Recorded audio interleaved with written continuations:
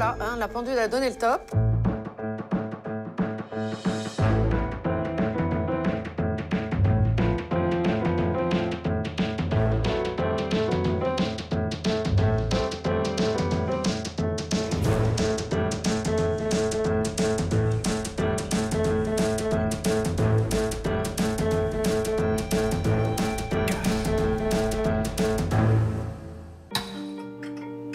Mais oui, on est tous passés par là. Parfois, la vie de bureau...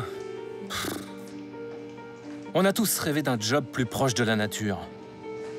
Remplacer la moquette, les néons, les faux plafonds, par de l'air pur. Tout envoyer balader. Bref. Se reconvertir.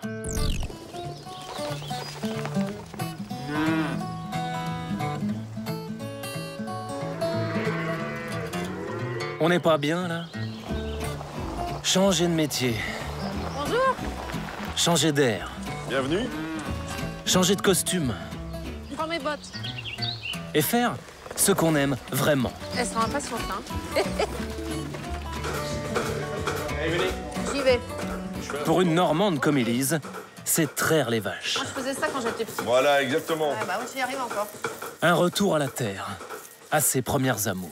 Je fais ça avec ma grand-mère.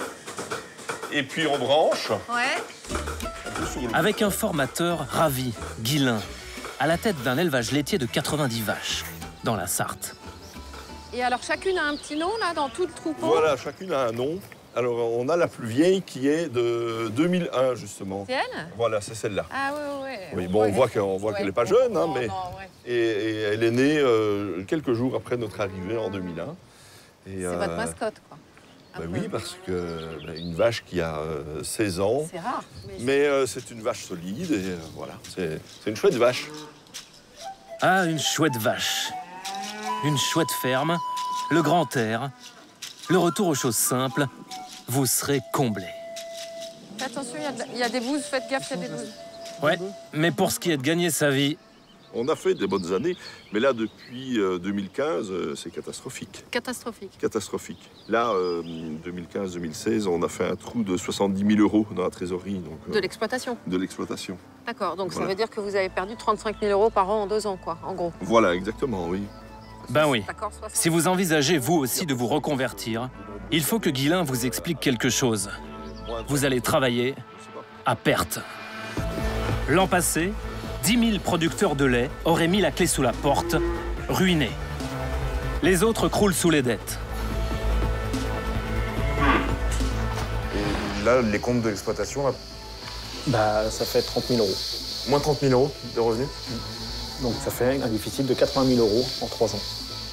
Quand on voit cette richesse qu'on produit en France et que nous, chez nous, dans nos fermes, on crève la dalle parce qu'on n'arrive pas à sortir un salaire, tu te dis putain. Face à ces éleveurs, des multinationales du lait qui se partagent un gigantesque marché, 29 milliards d'euros par an, rien qu'en France. En rayon, 4000 références de lait, de beurre, de fromage, de yaourt. Et des prix qui ne cessent d'augmenter. En 10 ans, plus 16% pour le lait. Plus 25% pour les fromages. Autant d'argent qui passerait des poches des consommateurs à celles des industriels sans que les éleveurs n'en voient vraiment la couleur.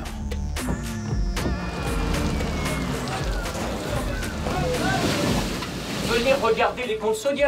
On a la transparence totale. Attends. Et je dis pas... Non, mais attends. Non. Il est où le pognon, putain?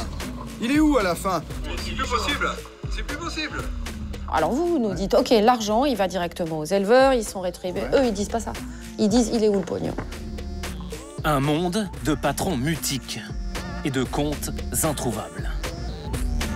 Monsieur Beignet, est-ce que vous êtes venu déposer vos comptes? Monsieur Beignet, est-ce que vous êtes venu déposer vos comptes? Monsieur Beignet! Ce monde sans pitié, nous l'avons sillonné pendant 1 an. On a mis les pieds dans des trucs. On a mis les doigts dans d'autres trucs. Tout ça pour dévoiler les méthodes de Lactalis. le numéro 1 mondial du secteur. Cher monsieur, nous avons pris la décision de mettre un terme à nos relations. Voilà. De toute manière, essayez pas de vous battre parce que de toute façon, on vous écrasera. L'herbe n'est pas beaucoup plus verte dans la plus grande coopérative laitière française, Sodial. La maison mère de Yoplait, créée par les éleveurs pour les éleveurs, semble davantage préoccupée par sa rentabilité financière que par ses adhérents. C'est du vol. C'est du vol parce que tous ces chiffres-là, en millions d'euros, c'est nous les producteurs qui en sommes à l'origine. La petite fleur, elle n'existerait pas s'il n'y avait pas eu la petite coopérative au départ. Nous allons vous raconter comment l'industrie a fait miroiter aux agriculteurs un avenir meilleur s'ils produisaient plus de lait, beaucoup plus, toujours plus. Comme la Nouvelle-Zélande, le principal concurrent de l'Europe, qui a fini par détruire à la fois son environnement et son économie. Le prix à payer est inacceptable. Est-ce que vous connaissez le montant de votre dette? Environ 20 millions de dollars. C'est une bulle, et cette bulle va éclater. Des antipodes aux petites exploitations bien de chez nous, enquête sur un modèle au bord de la noyade.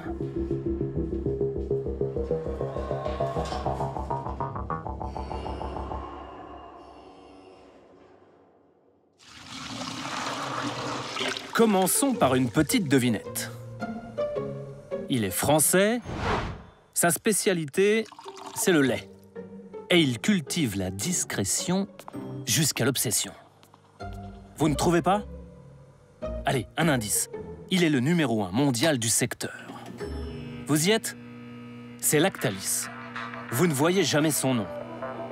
Mais vous connaissez bien son lait, ses fromages. Mais pas son président. Enfin, si, mais pas celui-là. Non, on parle du patron de Lactalis, Emmanuel Beignet, héritier d'un empire familial, 116e fortune mondiale, 8e fortune de France. Ces tracteurs, un objectif, le siège de Lactalis. Ces producteurs de lait sont venus vider les rayons de ce supermarché. Devant le siège de Lactalis à Laval, les producteurs de lait continuent leur blocage. Ils reprochent à l'industriel ses prix d'achat trop bas. À l'été 2016, son groupe est celui qui paye le moins bien les éleveurs. En une semaine, il est devenu la cible des éleveurs de lait. Je crois que Emmanuel Beignet se fait assez de pognon sur le dos des paysans. Il va être grand temps qu'ils réagissent, quoi. Mais le patron est invisible. Avant l'affaire du lait infantile contaminé, il n'existait qu'une seule photo de lui, prise il y a plus de 10 ans. Tellement discret que même quand le ministre de l'Agriculture de l'époque veut lui remonter les bretelles, il y a comme un souci. On ne le voit jamais, je ne l'ai jamais vu, je n'ai pas son portable. Ce mutisme, le grand patron aimerait aussi l'imposer à ses producteurs de lait.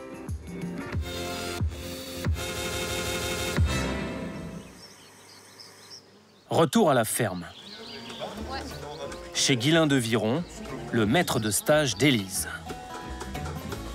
On est en dessous et... Je suis pas très douée. Mais ça s'apprend. Oui, mais si. Une fois tiré, se lait va directement dans un immense réservoir réfrigéré. Et alors ça, c'est le tank, c'est ça? Voilà, c'est là qu'on conserve le lait pendant 48 heures. Donc c'est collecté tous les 2 jours. C'est marqué dessus, le lait, le tank, tout appartient à Lactalis. Alors Lactalis, c'est écrit là, voilà. C'est écrit sur le calendrier, il y a toutes les marques de Lactalis derrière vous. Voilà, Lactalis, c'est tout ça.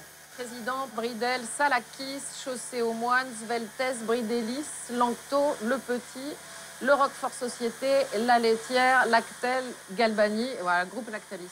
Jusqu'il y a quelques années, on était fiers de livrer à Lactalis parce qu'il faut quand même reconnaître que c'est une très belle société. Ils ont des beaux produits, mais le seul souci, c'est qu'ils ne respectent pas celui qui est à la base, c'est le producteur de lait. Donc aujourd'hui, vous n'êtes plus fiers de travailler pour Lactalis? Voilà, exactement. Avant, on prenait du beurre président, par exemple. Eh bien, on ne consomme plus de beurre président. Ah, vous boycottez les produits Voilà, Lactalis? exactement. C'est avouer quand même que c'est un peu débile comme situation. C'est-à-dire que vous, Pourquoi tant de haine? Parce que le seigneur du lait a de drôles de relations avec ses fournisseurs, les éleveurs. Au point de faire du secteur un domaine très à part de l'économie. Si, écoutez.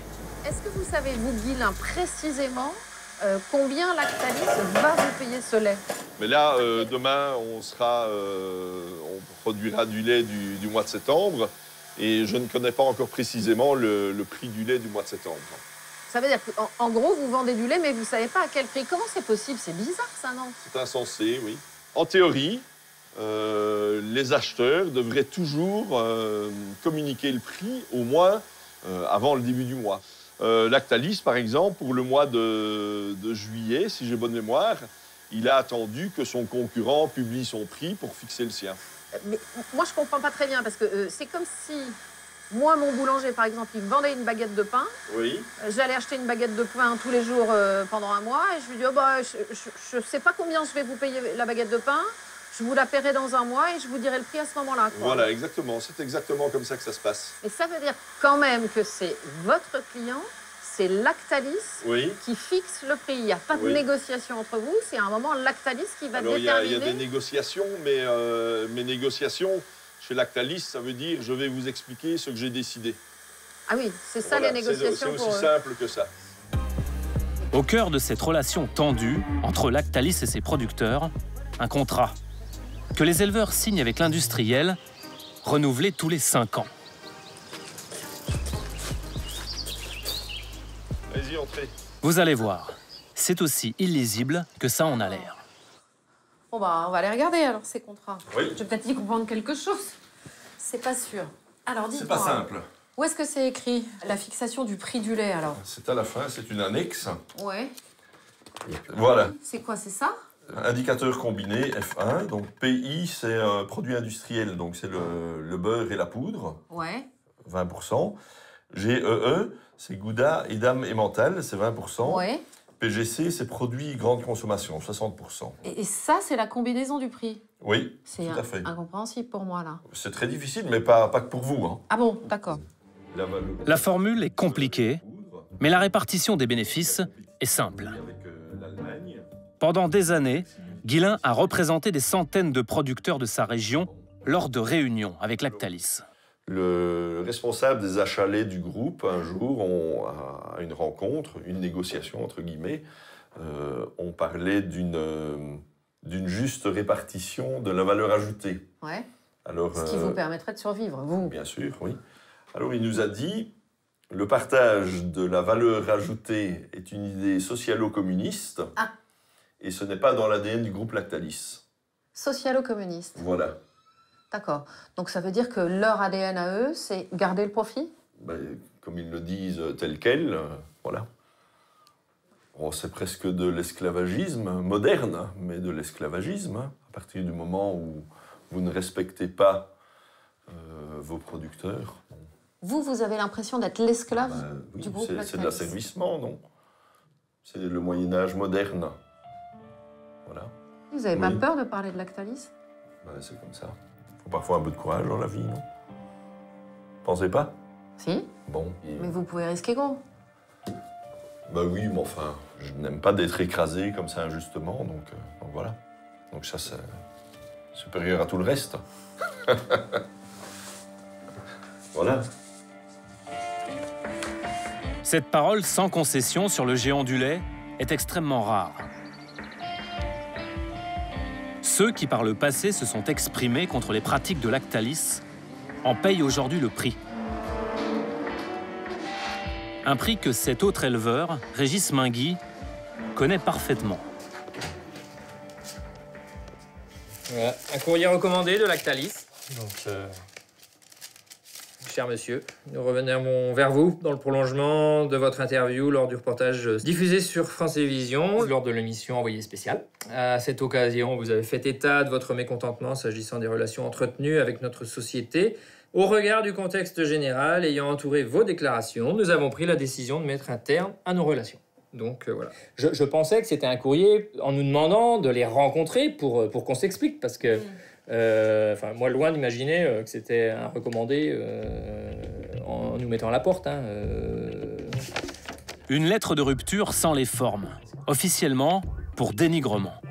Si interpréter les choses telles qu'elles sont, ça s'appelle du dénigrement, alors là, oui, on a dénigré. Quand vous l'avez ouvert, cette lettre, la première chose que vous avez pensé, c'était quoi? Je vais vous dire, allez, je vais le dire, c'est une bande de salauds, quoi. Voilà ce qui a déclenché la colère de Lactalis. Un reportage d'envoyé spécial d'octobre 2016, dans lequel l'éleveur critique le numéro 1 mondial du lait. Une liberté de parole qui a failli lui coûter sa ferme.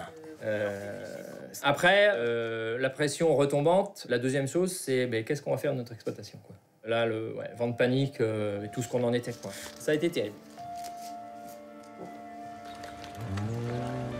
Pourquoi le géant du lait est-il aussi chatouilleux?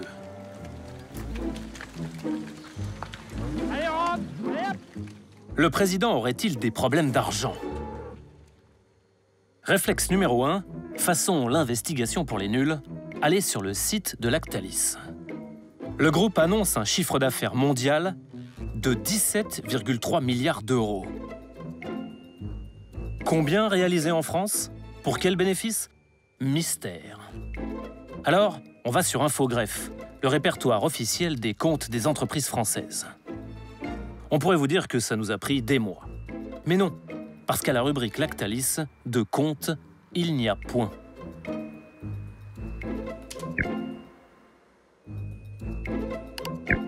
Et nous ne sommes pas les seuls à avoir bugué sur cette page du site. Le 14 septembre 2017, l'invisible grand patron envoie son directeur de la communication s'exprimer devant l'Assemblée nationale, à sa place. L'occasion pour ce député, pas très geek, de poser une question toute bête. Tous mes collègues savent que je comprends rien à l'informatique, donc je répète ma question. J'ai essayé sur Infogreffe de voir vos comptes, je n'ai pas réussi. Donc je voudrais savoir, comme la loi vous y oblige, est-ce que vous les déposez ou est-ce que c'est vraiment mon problème avec l'informatique? Sur les comptes, vous n'avez pas fait d'erreur. En quoi, aujourd'hui, la connaissance détaillée des marges du groupe permettrait une discussion plus sereine et plus allant en avant sur le prix du lait? Je ne crois pas que la publication des comptes permet aux producteurs d'avoir un meilleur revenu à la fin du mois. Voilà. Voilà. Voilà. Devant l'Assemblée nationale, un dirigeant du plus grand groupe laitier mondial assume ne pas respecter la loi. Car la loi est claire. Pour une entreprise, publier ses comptes, c'est obligatoire. Tous les ans, le patron doit aller les déposer au tribunal de commerce le plus proche, qui les publie ensuite sur le site Infogreffe. Jusque récemment, ça ne coûtait pas très cher à Lactalis de ne pas le faire. 1 500 € d'amende, quelle que soit la taille de l'entreprise. Pour Lactalis et ses 17,3 milliards de chiffre d'affaires estimés, c'est une goutte de lait. Mais depuis la loi dite Sapin 2, ça devait changer. Cette nouvelle loi donne le pouvoir au directeur de l'Observatoire des prix et des marges, lié au ministère de l'Agriculture, de réclamer les comptes de Lactalis. Si elle n'obéit pas, l'entreprise payera aussi une amende, mais cette fois pouvant aller jusqu'à 2% du chiffre d'affaires par jour de retard. Ça commence à faire des sous. Sauf que même depuis cette loi, Lactalis n'a toujours rien publié. Pourquoi donc? On vous explique.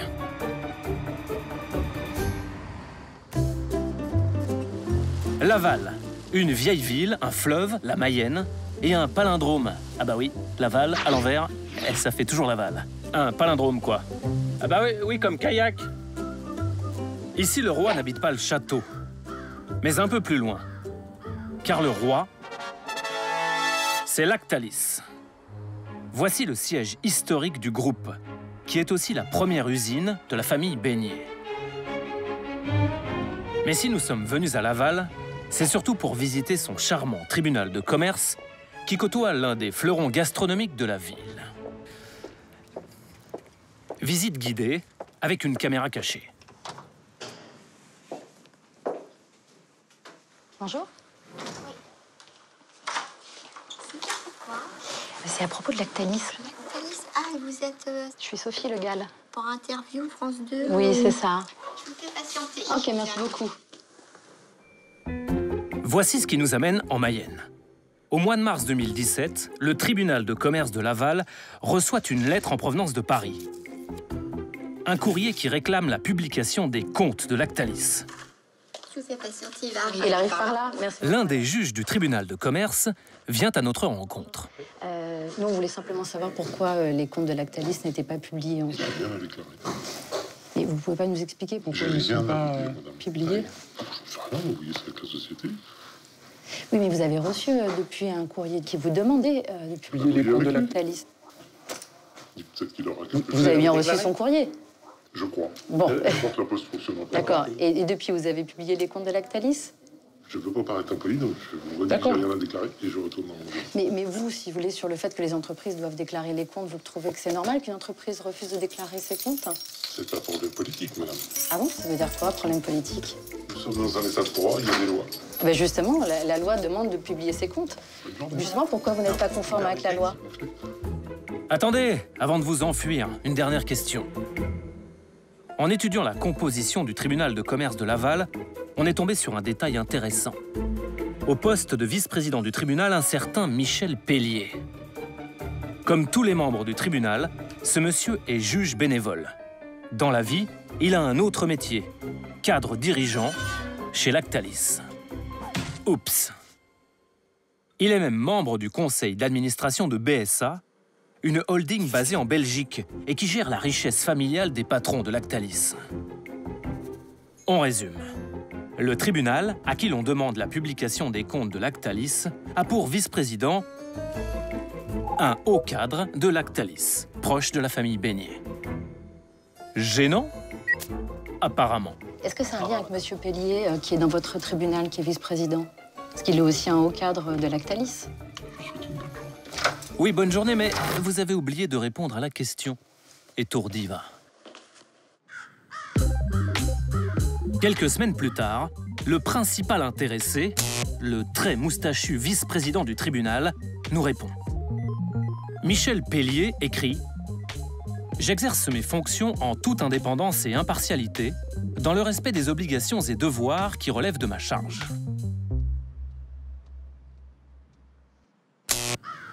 Pour obtenir les comptes, il nous reste un seul espoir. Un miracle, peut-être.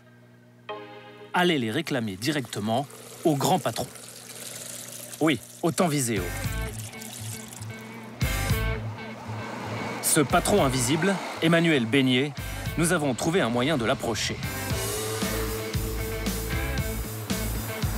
Lui qui ne se montre jamais en public, a accepté de venir au ministère de l'Agriculture rencontrer le ministre. On est venus nombreux. Coucou les gars. Et puis tout à coup, il sort de la cour du ministère. Monsieur Beignet. Monsieur Beignet, bonjour. Monsieur Nallet. Monsieur Beignet, bonjour.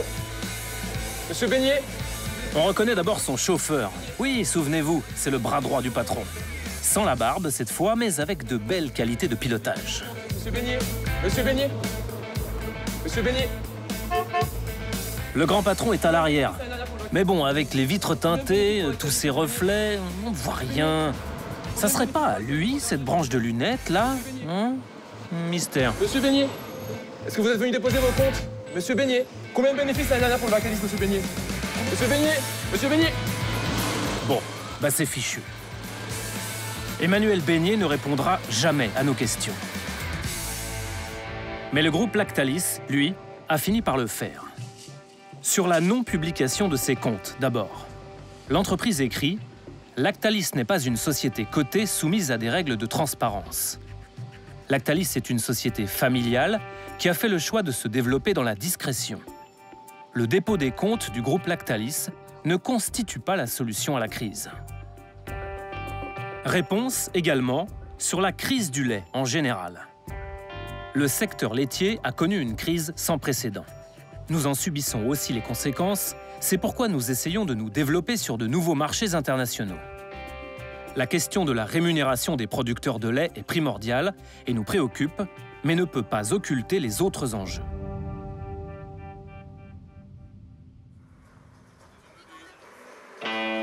Revenons au ministère. Mais pour rentrer, cette fois, en ordre de marche. sous les ors de la République. On a pris nos aises directement dans le bureau du ministre. Et même un peu abusé de l'open bar payé par les contribuables. Et puis le ministre arrive, Stéphane Travert, locataire des lieux depuis mai 2017, pile à l'heure. Moi, je veux pas dire, mais voilà, hein, la pendule a donné le top. Il est temps de présenter au ministre nos découvertes sur les comptes de Lactalis. Est-ce que vous savez, vous, ministre de l'Agriculture, combien Lactalis fait de bénéfices chaque année? Non, je ne le sais pas. C'est normal? Je ne sais pas si c'est normal, mais comme ça, à me poser la question, je ne le sais pas. Je peux le savoir. Mais en tout cas, il y a quelque chose que vous devez savoir, à mon avis, que vous savez parfaitement, c'est que Lactalis, le groupe, n'a jamais publié aucun compte. C'est vrai. Est-ce que ça vous dérange ou pas? Eh bien, moi, j'appelle chacune des entreprises qui ne le fait pas aujourd'hui à se mettre en conformité avec la loi. Mais vous n'arrivez pas à dire que ça vous dérange. Mais ça me dérange forcément, madame, puisque respecter la loi, c'est ce que l'on demande à tous nos concitoyens. Vous avez un pouvoir supplémentaire quand même. Là, pour faire respecter la loi Sapin 2, c'est que vous pouvez demander la publication des comptes. C'est vrai que c'est un travail à faire. Il faut évaluer la loi Sapin 2. Vous ne l'avez pas demandé clairement encore. Demander à Lactalis de publier ses comptes. Non, pas encore. Mais vous allez le faire. Mais c'est quelque chose qui sera fait, bien évidemment. Vous allez le faire. Et je vais le faire, parce que c'est mon devoir de le faire. Votre prédécesseur l'a fait. Oui. Stéphane Le Foll, qui était dans ce bureau il y a quelques mois, le directeur de l'Observatoire des prix des marges alimentaires, a saisi le tribunal de commerce de Laval. C'était en mars 2017, donc c'est il n'y a pas si longtemps que ça. Hein. Et vous savez ce qui s'est passé depuis? Rien. Rien. Non, il ne s'est rien passé. Rien. Mais justement, il faut remettre sur le métier. Et on doit travailler. Et c'est pourquoi moi j'appelle à cet esprit de dialogue et de concertation. On se dit Lactalis est au-dessus des lois. C'est-à-dire qu'à un moment, le ministre de l'Agriculture demande une publication au tribunal de commerce. Lactalis, abonné absent, ne répond pas. Lactalis est au-dessus des lois. Lactalis est au-dessus des lois, comme vous le dites. Moi, je n'ai pas encore fait cette démarche, mais bien évidemment, elle sera faite parce que, comme je vous l'ai déjà dit, c'est mon devoir de le faire. Parce que nous devons faire respecter la loi et que la loi, elle s'applique à tous. Alors, si vous le voulez bien, à propos de Lactalis qui ne publie pas ses comptes, on va écouter votre patron. Votre patron, c'est Emmanuel Macron, bien sûr. Et il en a parlé assez clairement. C'était lors des États généraux de l'alimentation, le 11 octobre 2017. On va écouter ce qu'il dit. Là, pour le coup... Il n'est pas acceptable que certaines entreprises ne respectent pas la loi en ne publiant pas leurs comptes, par exemple, et faussent, ce faisant, de fait, la réalité de la discussion dans une filière. À ce titre, l'administration procédera aux injonctions et aux amendes prévues par la loi.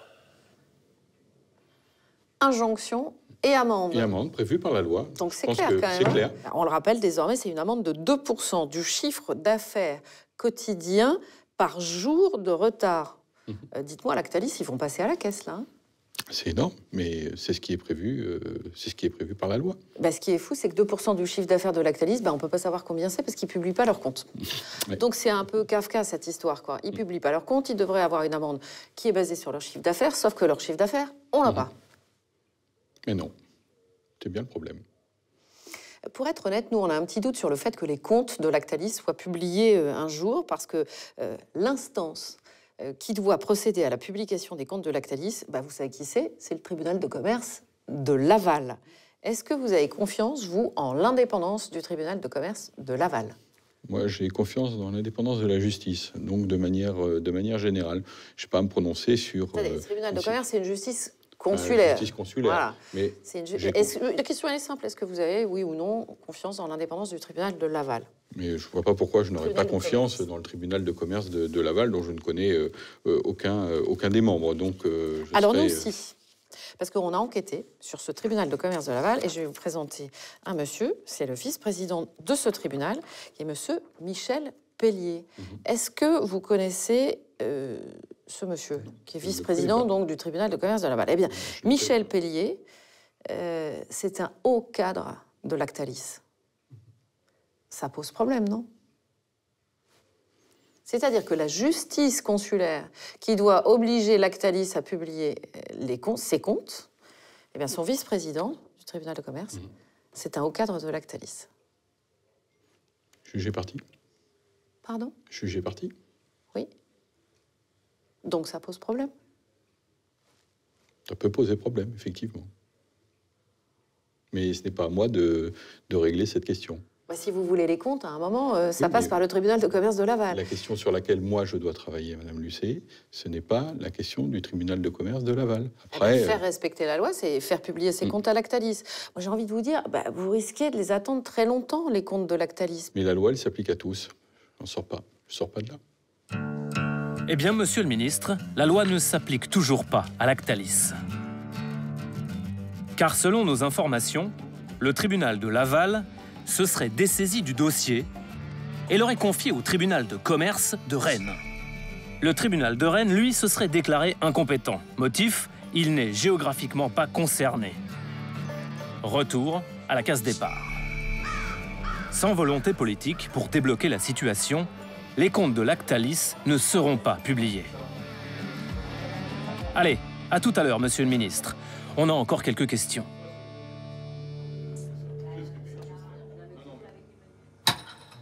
Après tant d'opacité et de secret, on a envie de clarté, de transparence. Ça tombe bien. Dans les rayons, on nous propose justement un lait avec un goût différent, avec plein de valeurs dedans. Terminer les grandes multinationales secrètes, place à l'entraide, la solidarité. Elle boit de la transparence, de l'exigence. Il boit le travail quotidien de nos éleveurs. Il boit 40 ans d'ancrage en France.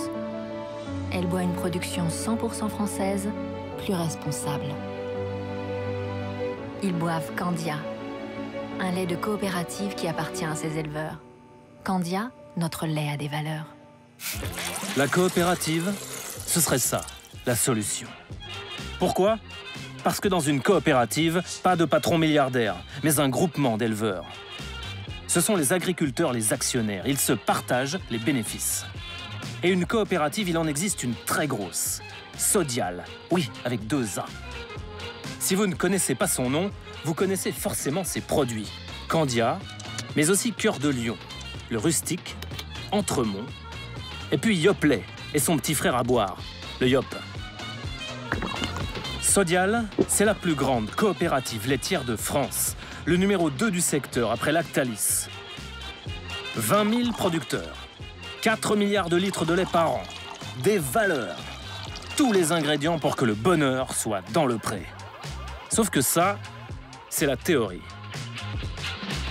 En réalité, la belle idée de la coopérative a du plomb dans l'aile. Et nombre des éleveurs de Sodial broient du noir.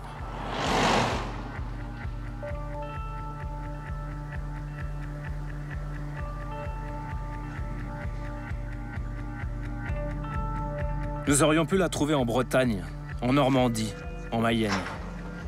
L'éleveuse dont nous allons vous parler habite en Moselle. Dominique Barbe vient encore à sa ferme tous les matins. Mais elle a décidé d'arrêter la production de lait, de se séparer de ses 16 dernières vaches. Mes vaches. Les vaches, donc j'ai commencé à vendre certaines vaches. Donc celles qui étaient en gestation. Ça vous fait quoi de vous en séparer? Les premières, j'ai été alors très mal pendant au moins 8 jours. Et 8 nuits. Hein. C'est sûr que c'est un crève-cœur. Mais après, voilà, il faut se dire que on ne peut pas continuer comme ça et il fallait que je me soulage. De toute façon, je n'aurais pas pu tenir. C'était pas possible.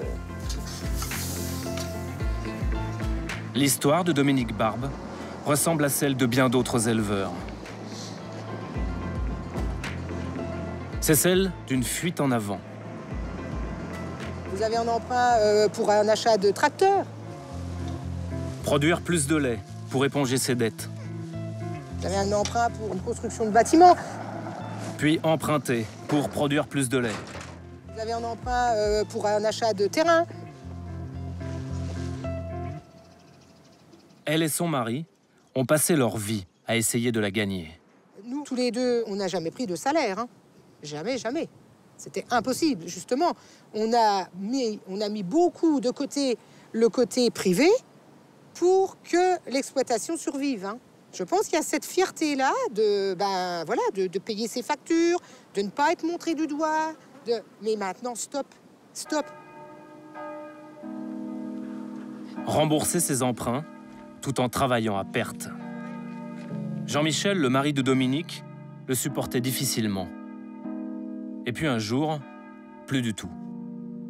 Dernier tracteur qu'il aura acheté, il a 9 ans. De temps en temps, je le vois passer.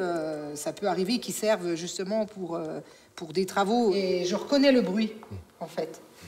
Et donc, ça, tout de suite, ça me fait penser à mon mari. Et puis, non, c'est pas lui qui est dessus. Voilà.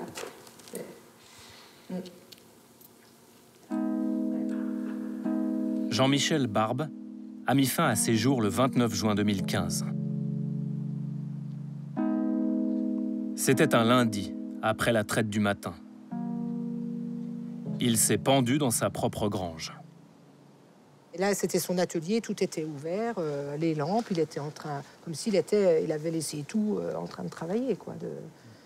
Parce que quand on est arrivé ici, enfin bon, c'est mon fils, hein, mon dernier fils qui l'a découvert. J'étais rentrée, moi je l'avais pas vu.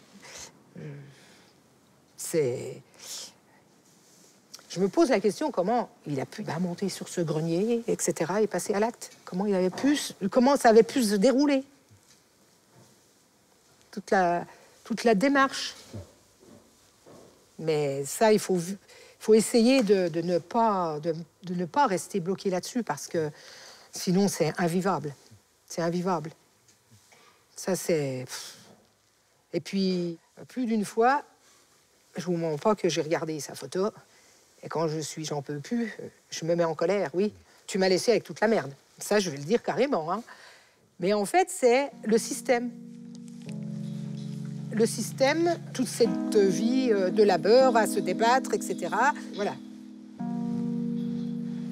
C'est à ça que j'en veux. Pour Dominique Barbe, le suicide de son mari est lié à son travail. La Mutualité sociale agricole lui a donné raison et a reconnu la mort de Jean-Michel Barbe comme un accident du travail. Un suicide de plus, dans une profession particulièrement touchée. Souvent dans Cash, on vous fait une petite blague pour détendre l'atmosphère. Là, on n'avait pas très envie.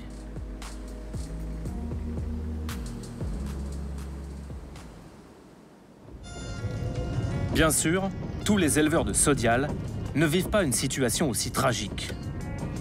Mais partout en France, la coopérative mènerait la vie dure à ses adhérents.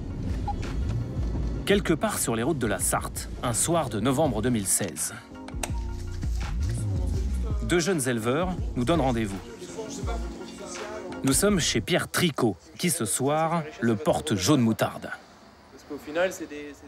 À côté de lui, c'est Étienne Fourmont, responsable local du syndicat Jeunes Agriculteurs. Quand j'y étais, je peux dire que mon patron, il se plaignait pas du... Pierre a choisi de livrer son lait à une coopérative, Sodial, plutôt qu'à un groupe privé. Question de valeur. C'était 10 000 € par mois qui se mettaient dans la poche, quoi. L'objectif d'avoir adhéré à une COP, c'est bien de partager, de mutualiser, de fédérer, d'être un groupe d'agriculteurs qui se dit moi je suis dans une coopérative, on est plusieurs, on travaille tous dans le même sens pour notre entreprise, qui est notre coopérative. Sauf qu'aujourd'hui, cette belle idée de la coopérative, elle ne rapporte plus. Ce soir, Pierre est informé du prix auquel Sodial achète son lait pour le mois. Et sa coopérative est encore une fois dans le bas du tableau. Selon ce classement, établi par la revue L'Éleveur laitier, en 2016, Sodial a toujours été parmi les plus mauvais payeurs. Avant-dernier dans le Nord, dernier dans le Sud-Est ou le Sud-Ouest, et pas mieux dans les Pays de Loire. Tu vois, on l'a eu aujourd'hui à la paye. Chez Pierre. Donc pour ce mois d'octobre, chez nous, ça représentait 272 € Les 1000 litres, 272 €, en fait, c'est simple. Moi, il me manque quasiment 60 € pour bien vivre, pour payer toutes mes charges, me payer moi, payer mes emprunts, payer mes factures d'eau. Voilà, pour vraiment tout boucler, quoi. Tout boucler. Et là, sur l'année, on va être sur du 273 les 1000 litres. Allez, on se concentre un peu, on doit parler chiffres. Pour Pierre, comme pour la moyenne des producteurs en France, cela revient à 340 € de produire 1000 litres de lait. Si Sodial paye 273 €, Pierre, lui, perd 57 € tous les 1000 litres.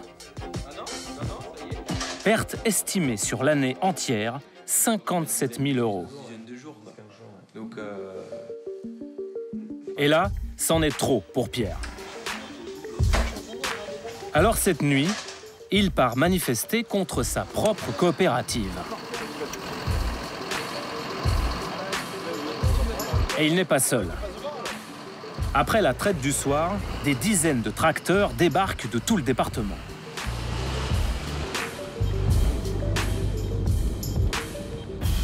À 40 à l'heure, sur la file de droite, direction l'usine Yoplait du Mans. Ce soir, dans la manifestation, des éleveurs de chez Sodial et aussi des syndicalistes. Ils sont surveillés de près et même pris en photo. Lors de la dernière manif, ils ont abîmé le portail de l'usine. Alors ce responsable de Yoplait est sur ses gardes. On va reprendre des discussions sur l'histoire du portail, tout ça. Oui. C'est celui qui coûte le plus cher. Éviter qu'on bloque et qu'on brûle et qu'on casse celui-là. D'accord, j'ai compris. Si devant les grilles, ça gronde, la marque Yoplait, elle, marche bien. La petite fleur, c'est une réussite industrielle. Elle a été créée en 1965 par un monsieur cravaté ici, qui parlait à la télévision entouré d'autres messieurs cravatés. Depuis, la petite marque de la Sarthe est devenue numéro 2 mondiale des yaourts. Mais oui, vous savez, ceux avec des vrais fruits entiers qui tombent dedans. Si vous avez regardé la télé au moins une fois ces 50 dernières années, vous êtes forcément tombé sur une pub Yoplait. Yoplait. Yoplait. Yoplait. Yoplait. Une fleur la vie. Une fleur la vie. Mis bout à bout, ça en fait de l'argent. 66 millions d'euros de bénéfices en 2015. Sauf que ce soir, les propriétaires de la marque, les agriculteurs, ils ont un peu l'impression qu'on a craché dans leur yop. Si vous vous approchez un petit peu.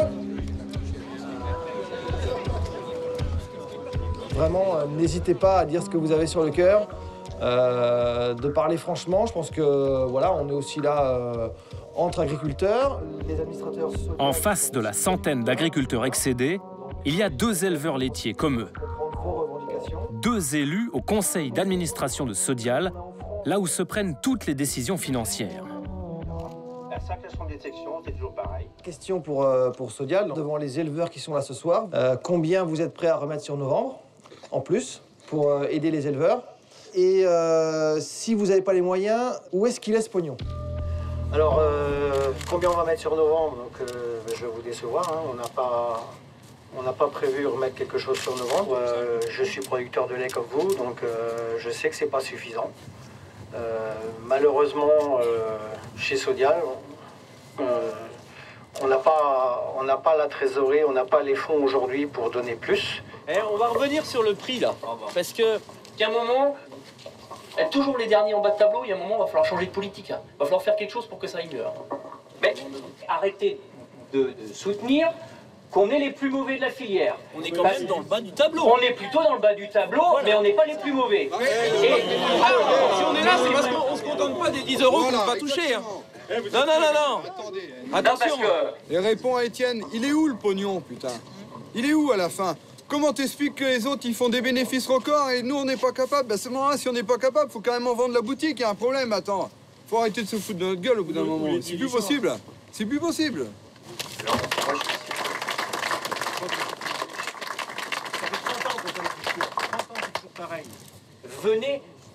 Venez regarder les comptes Sodial. Il y a les comptes qui sont sur la table. Et nous, contrairement à d'autres coopératives, nous, tout est mis sur la table. Tout est mis sur la table. Le bilan, le compte de résultat, le résultat de l'année, le résultat filiale par filiale. Et tu verras. Moi, qu'est-ce que je voulais que je vous dise de plus? On a la transparence totale.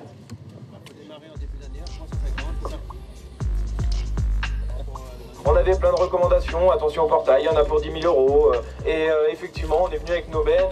On n'est pas là pour venir tout casser. Nous, ce qu'on a, c'est qu'on en a marre. On en a marre, on est au bout.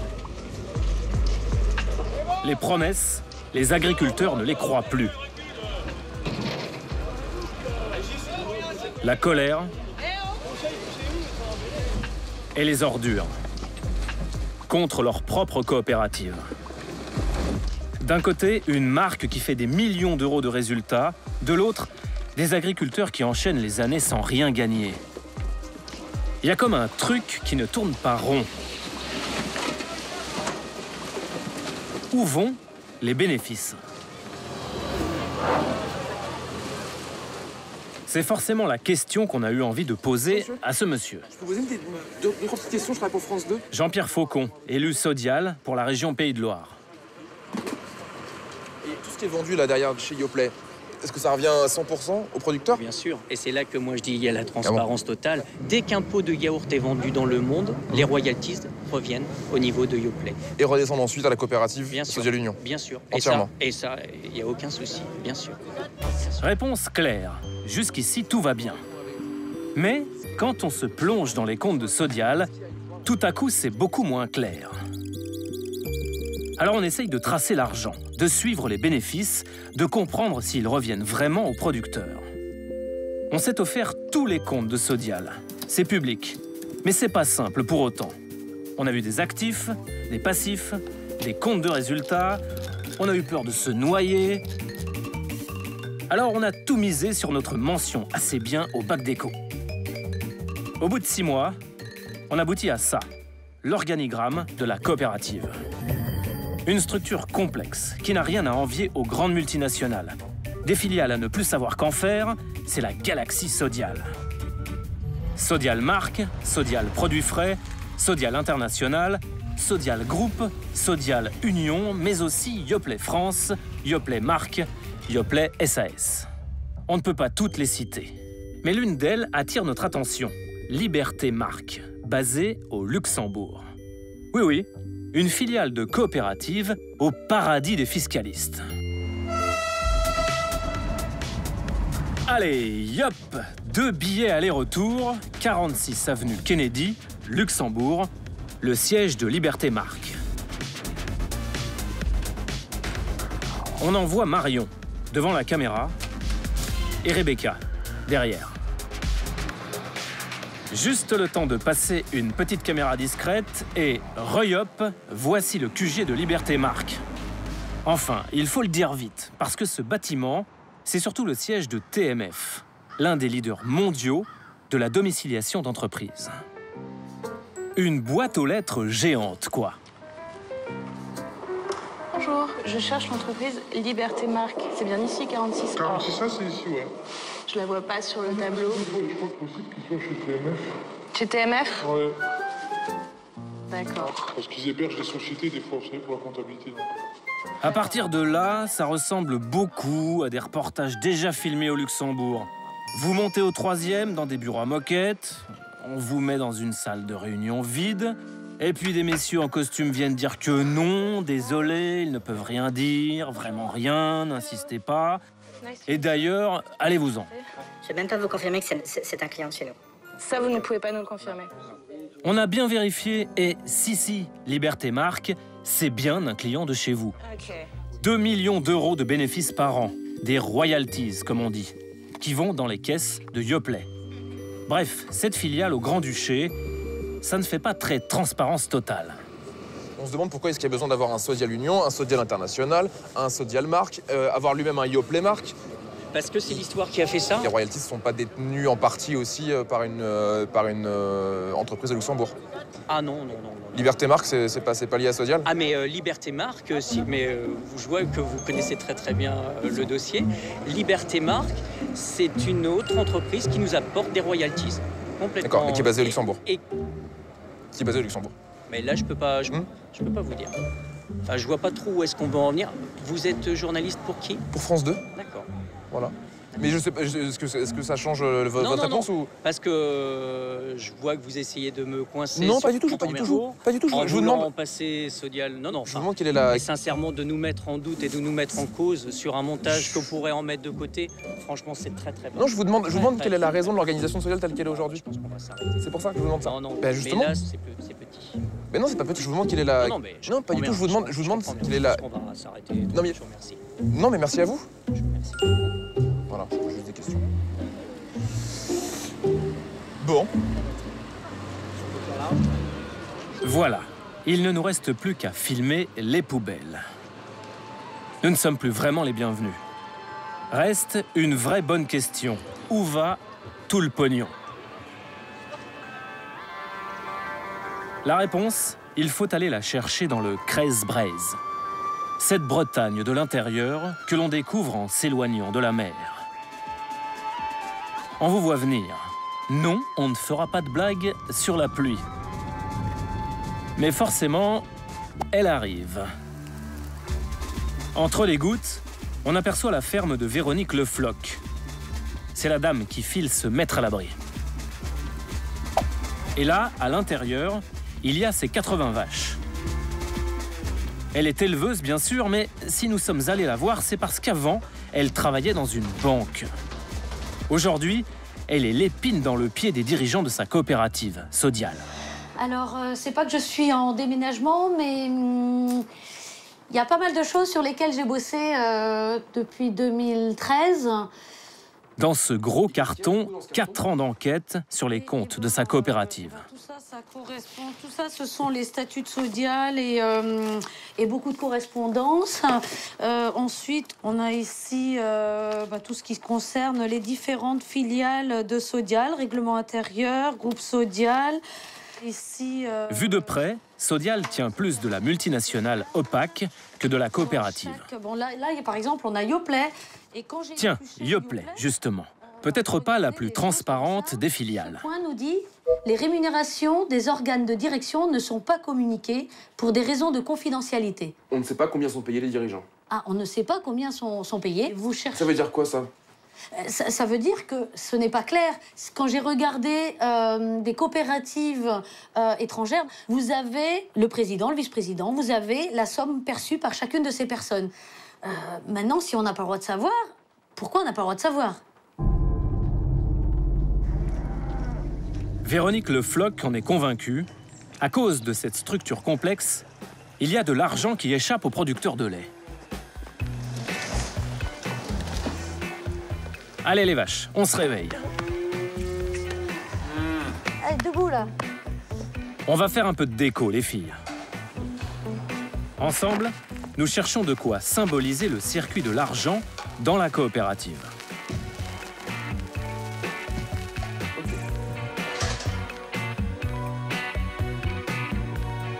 D'un côté, il y a les produits Sodial qui génèrent des profits.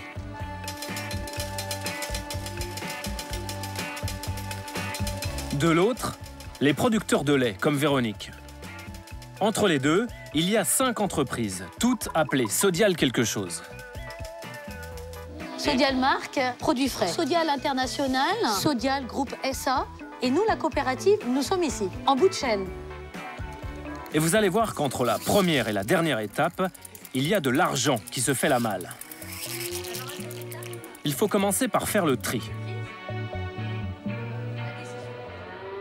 Parmi toutes ces sociétés, une seule est une coopérative. Sodial Union. C'est sur cette société que les agriculteurs ont la main.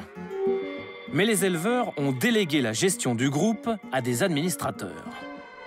Ces élus ont créé d'autres sociétés. Hop, 1, 2, 3, 4, etc. Mais là, ce ne sont plus des coopératives, mais des holdings. Quand les marques rapportent de l'argent, ils passent d'abord dans ces holdings et pas directement dans la coopérative. Ces holdings sont de simples instruments financiers qui gèrent la fortune du groupe. Autrement dit, entre les pots de Yoplait et les éleveurs comme Véronique, il y a un sacré chemin à parcourir. Où vont les bénéfices qui sont tirés de ces ventes? Alors déjà, Donc Yoplait Marc pour Sodial Marc. Les ventes à l'étranger reviennent dans cette première holding. En 2015, 18 millions d'euros reversés. Et ce qui est vendu en France arrive dans une autre holding. En 2015, 11 millions d'euros reversés. Voilà pour la première étape. Pourquoi se compliquer autant la vie? Très bonne question. Je pense que ce sont des combines. L'objectif, c'est que le producteur n'ait pas la maîtrise de tout ce cheminement et de tout ce montage. Le jeu de piste n'est pas terminé. L'argent de Yoplait continue sa route dans une... Oui, une holding, évidemment, la plus grosse. Les dividendes perçus par ces deux filiales sont déversés, si je peux, à Sodial International. Et de une... International sont essentiellement et de deux. perçus de Yoplait. Mais c'est pas fini, parce que chez Sodial, il n'y a pas que Yoplait. En plus du beurre et de l'argent du beurre, il y a aussi celui de la poudre, de la crème, des fromages. Là, tout ça, Cœur de Lion, Entremont, Candia pour le lait, Régilais, finalement, tout chemine vers Sodial International. Tout passe vers Sodial International, donc c'est la maison mère. Sous la marque... À tout ça, il faut encore ajouter un petit bonus. L'argent versé par la holding discrète, celle installée au Luxembourg, Liberté Marque. Voilà, tout y est. Tous les bénéfices de toutes les filiales de Sodial dans le monde sont réunis dans Sodial International. Pour Sodial International, c'est un résultat net bénéficiaire de 51 millions d'euros en 2015. Donc ça fait 51 millions d'euros à distribuer aux producteurs, théoriquement. Alors, en théorie, oui, tout à fait. Mais comme Sodial International est une holding, Sodial International, par la voix de ses administrateurs, décide comment elle affecte ce résultat. Et comment, alors? Alors, sur les 51 millions d'euros, il a été décidé que 3,5 millions seraient distribués sous forme de dividendes. Donc les 3,5 millions, est-ce qu'on peut les verser? Alors, les 3,5 millions, ils ne les reversent pas encore à Sodial Coopérative, mais à Sodial Groupe SA. C'est un tout petit peu, c'est infime. C'est un tout petit peu. À cette étape, Sodial devient très généreux. Il va reverser 100% de ses bénéfices. Mais attention, 100% de 3,5 millions d'euros. Eh bien, malheureusement, c'est maigre, c'est écrémé, on va dire. 3,5 millions sur 51 millions de bénéfices. Une distribution formule allégée. Mais où elle reste? Et le reste est porté en report à nouveau. C'est quoi le report à nouveau? Alors le report à nouveau, c'est pas un trésor. C'est là que Véronique la banquière reprend le dessus sur Véronique l'éleveuse. Et du coup, c'est compliqué. Alors on vous met un tuto avec Patrick, un expert comptable. Votre société dégage un bénéfice cette année. Ah oui, oui, oui. Qu'allez-vous faire? On sait pas. Le capitaliser ou le distribuer? Pourquoi laisser l'argent dans la société? Tout d'abord, cela permet d'améliorer la trésorerie de la société. Une bonne trésorerie vous permettra de donner davantage confiance vis-à-vis des tiers extérieurs. Eh oui, garder les bénéfices dans la société, ça fait grimper sa valeur, pour mieux la revendre, par exemple. Et en plus, au fil des années, vous amassez un joli pactole. Alors un report à nouveau qui aujourd'hui dépasse les 526 millions d'euros. 526 423 529 € et 20 centimes. Une cagnotte qui grossit chaque année. Encore 47 millions d'euros de plus en 2016. On résume. L'argent est passé ici, et puis là, et puis encore par ici, et un peu là.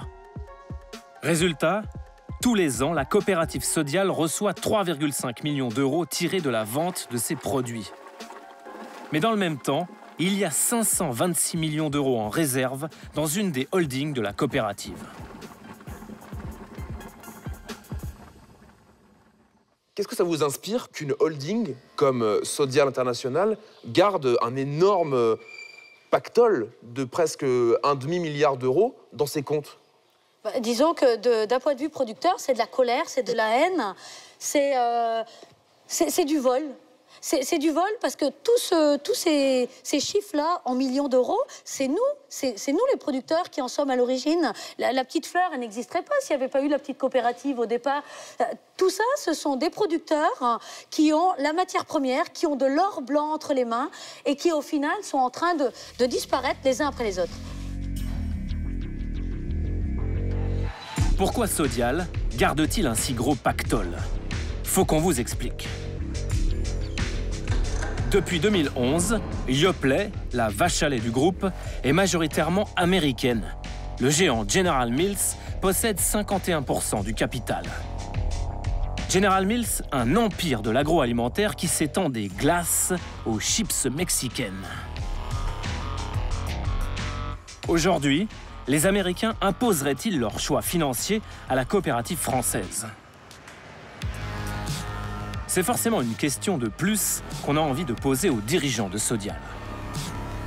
Ça se passe dans les beaux quartiers de Paris, au siège de la coopérative. 8000 mètres carrés de bureaux flambant neufs, pierre de taille, de beaux volumes, et pour le même prix, un accueil plutôt chaleureux. Merci. Là, vous êtes dans les beaux quartiers, hein? Vous me suivez? Bien sûr, et voilà, on y va. Nos questions sur les comptes de la coopérative, c'est à son président Damien Lacombe, producteur de lait dans l'Aveyron, que nous allons les poser. Installez-vous, je vous en prie.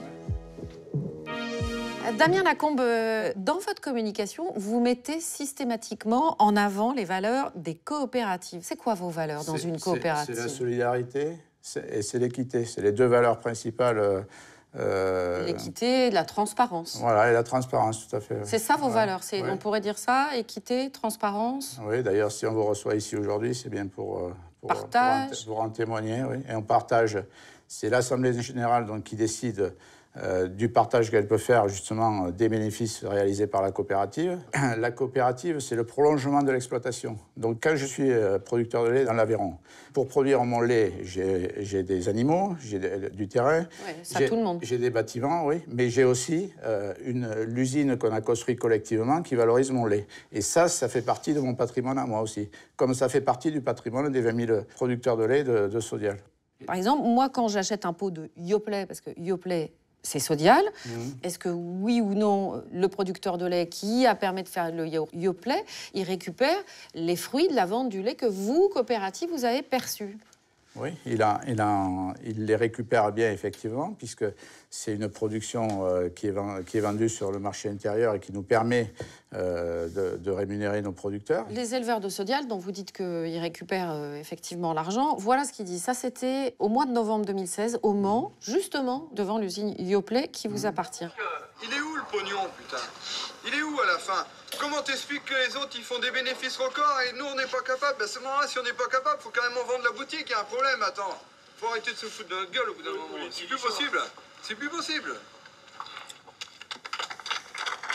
Alors vous nous dites, ok, l'argent, il va directement aux éleveurs, ils sont rétribués. Eux, ils disent pas ça. Ils disent, il est où le pognon? Déjà, il y avait majoritairement des producteurs non Sodial devant l'usine ce jour-là. Donc, enfin, monsieur Lacombe, franchement, vous pouvez pas dire ça, on y était. Non, mais le sujet... Il y en avait. Oui, mais bien sûr qu'il y en avait. Le sujet, pour nous, c'est effectivement comment on arrive à solidifier notre socle de valorisation pour être moins sensible aux fluctuations. Attendez, répondez à ces éleveurs. Vous n'allez pas leur dire nous essayons de stabiliser notre socle pour limiter les fluctuations. Parlez-leur à ces éleveurs. Vous êtes éleveurs, vous n'êtes pas financier. Parlez-leur normalement, non? Le pognon, tout le monde sait où il est, vous le savez. Mais il est où alors? Comment on arrive? Il est où le bénéfice? Il est distribué à qui? Il est distribué aux producteurs, c'est ce qu'on a décidé hier. Tout le bénéfice est distribué. Tout le bénéfice a été distribué aux producteurs. Stop. Ce dont parle Damien Lacombe, c'est ce flux financier-là. Souvenez-vous, à la dernière étape, Sodial Group reverse bien 100% des 3,5 millions d'euros à la coopérative. Sauf que l'essentiel de l'argent est dans les autres pots à lait, comme chez Sodial International. On a découvert, et ça nous a pris des mois d'ailleurs, que Sodial International sert de réceptacle à tous les bénéfices gérés par les marques du groupe. Est-ce que c'est bien ça? Oui, toutes les activités, pas uniquement les marques, mais toutes les activités du groupe, oui, effectivement. Oui. D'accord. Et Sodial International se porte bien, pour le coup? Sodial International ne se porte pas mieux que Sodial, c'est un outil qui est... Sodial International se porte bien, 51 millions d'euros de résultats nets selon les derniers comptes que vous avez publiés. En tant que président, vous, du conseil d'administration, j'imagine que vous en êtes satisfait de ces 51 millions d'euros. Ce qui compte pour nous, c'est les résultats consolidés de la coopérative, les résultats globaux de la coopérative. Et donc, c'est le résultat qui, après, peut remonter vers les adhérents. Et donc, est-ce que vous leur dites toute la vérité aux éleveurs? Est-ce que vous leur dites que vous avez autant de bénéfices et qu'au final, vous leur reversez aussi peu d'argent? On est complètement transparent sur les comptes consolidés qu'on explique à toutes nos assemblées générales et qu'on détaille. Et on prend le temps avec ceux qui le demandent, en plus, de regarder ensemble les comptes quand ils le demandent. Il y a aussi, dans les comptes de Sodial International, une ligne surprenante, celle du report à nouveau. Qu'est-ce que c'est le report à nouveau? Quand il y a un déficit ou un bénéfice, effectivement, il vient alimenter un compte de report à nouveau, quoi. Ouais. C'est-à-dire? Je ne sais pas quelle est votre question qui vient derrière. Parce qu'on voit, nous, si vous voulez, que ce trésor de guerre, apparemment, il est énorme. On a un chiffre, 526 millions d'euros. Ouais, ça fait plus d'un demi-milliard d'euros. Ouais. Donc c'est beaucoup d'argent.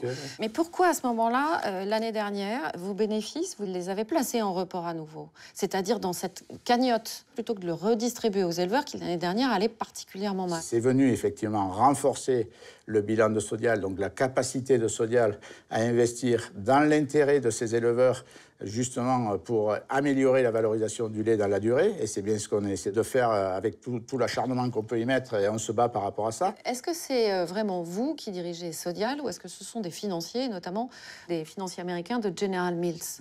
General Mills est un partenaire dans une filiale de Sodial qui valorise une partie du lait de Sodial. À 51% quand même?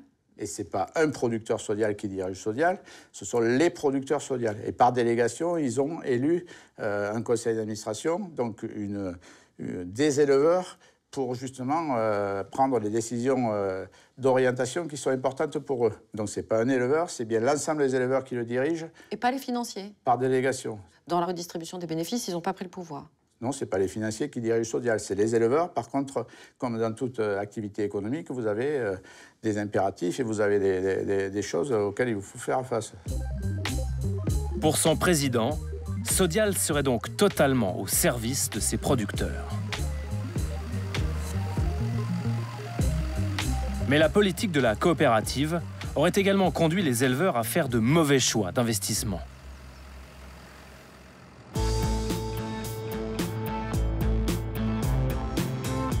Pour le comprendre, il faut retourner en Bretagne. Non, n'insistez pas, toujours pas de commentaires sur la pluie. Ouais, enfin bon. Il faut s'intéresser à l'histoire d'Alexandre Bessel, producteur de lait à Carentoire, Morbihan. Alexandre a au moins 2 raisons d'être fier. Il a 50 vaches, plutôt mignonnes. Coucou.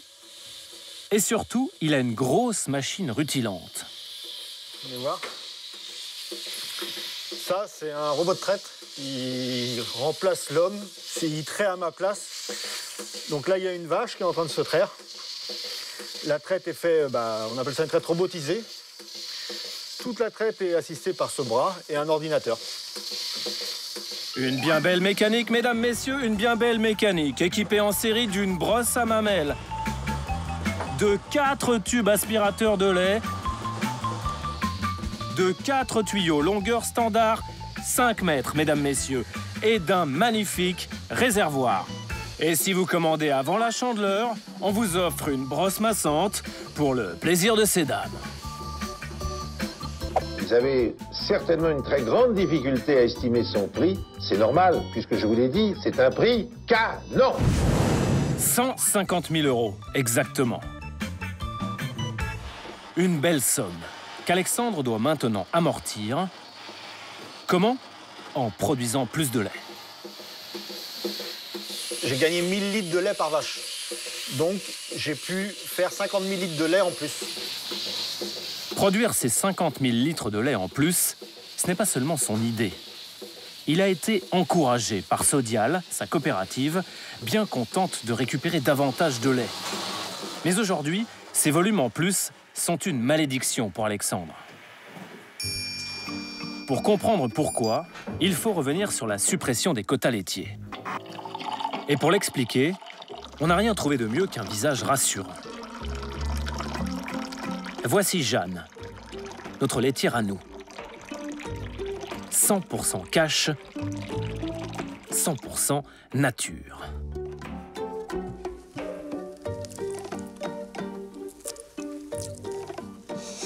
Jusqu'en 2015, l'Europe lui impose une limite de production.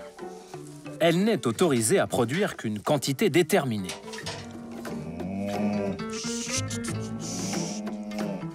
Cette limite, c'est son quota.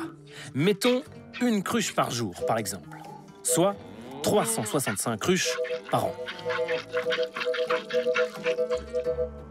On a bien dit 365.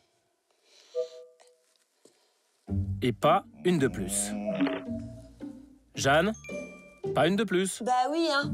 Si je dépasse, je me fais taper sur les doigts. Eh oui. Si elle produit trop de lait, elle doit payer une pénalité. Du coup, forcément, elle fait attention. Et les autres fermiers également. Comme sa production varie très peu. Voilà. Ce sera tout? Et ben ça fait 3 sous, comme d'habitude. Le prix de son lait fait de même. Il est plutôt stable. C'était bien, hein? Eh ben, c'est fini. Hein? Et pourquoi? Parce que pour la Commission européenne, cette limitation de la production, c'est un peu ringard. Eh ben, ringard toi-même. Eh oui, un jour, encouragé par les industriels, Bruxelles décide de supprimer les quotas. Tiens, Jeanne, t'as reçu un mail. À compter du 1er avril de l'an 2015... À compter du 1er avril 2015, toutes les laitières d'Europe peuvent produire autant qu'elles le veulent.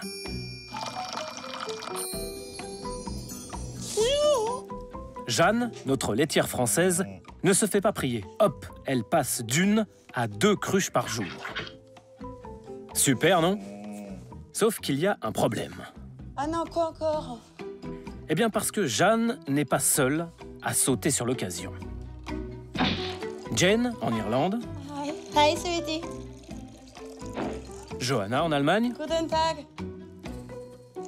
Ou Giovanna, en Italie. Elles aussi produisent de plus en plus de lait. Du coup, c'est l'Europe tout entière qui produit trop. Ça déborde.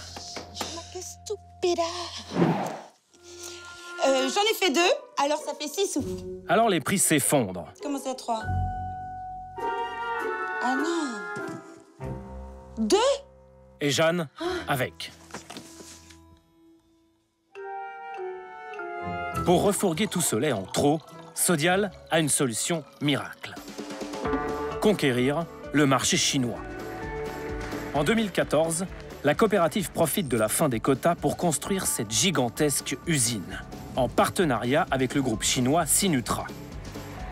Sur ce site de Carhaix, Finistère, 280 millions de litres de lait par an sont transformés en poudre pour nouveau-nés chinois. À la grande joie de M. Zhang, le patron de Sinutra. Nous sommes fiers de pouvoir utiliser des matières premières françaises parmi les plus qualitatives au monde. En théorie, l'appétit des Chinois aurait dû enrichir tous les producteurs de lait Sodial. En pratique, ce n'est pas du tout ce qui s'est passé. À quelques kilomètres au-dessus de Saint-Étienne, Laurent Pinatel est un éleveur à double casquette. Adhérent Sodial et porte-parole de la Confédération paysanne.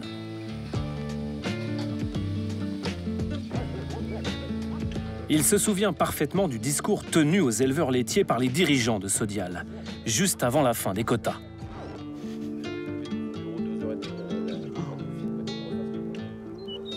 Moi, il y a un truc qui m'a marqué. Responsable Sodial au niveau local qui nous dit, vous vous rendez compte, la population chinoise, ils sont hyper nombreux, ils mangent un yaourt par jour. Imaginez-vous, ils se mettent à en manger 2. c'est bon. Là, on produit, on est les rois du monde. Et il faut qu'on soit prêt pour aller servir ce marché-là. 1, les Chinois, ils ne sont pas bien mangés de yaourt par jour. 2, il n'y a pas que Sodial qui a eu l'idée d'aller sur le marché chinois. Et puis 3, les Chinois, ils ne sont pas cons non plus, quoi. Ils sont capables de faire leur lait eux-mêmes. On a une nouvelle fois fait des erreurs stratégiques chez Sodial, un manque de visibilité complète, parce qu'en fait, Sodial est dirigé par des financiers, est plus dirigé par des paysans. Et on a là des gens qui croient vouloir bien faire, mais qui reproduisent un système qui ne marche pas depuis 40 ans. Ce discours-là, qui est simpliste hein, sur la Chine, la demande, les yaourts, des producteurs l'ont cru? Ah oui, complètement. Et en fait, on a envoyé tout le monde dans le mur, et les producteurs, en toute bonne foi, ont cru le discours qui leur était servi. Ouais. Sodial a-t-elle entraîné ses éleveurs à leur perte en les poussant à produire plus?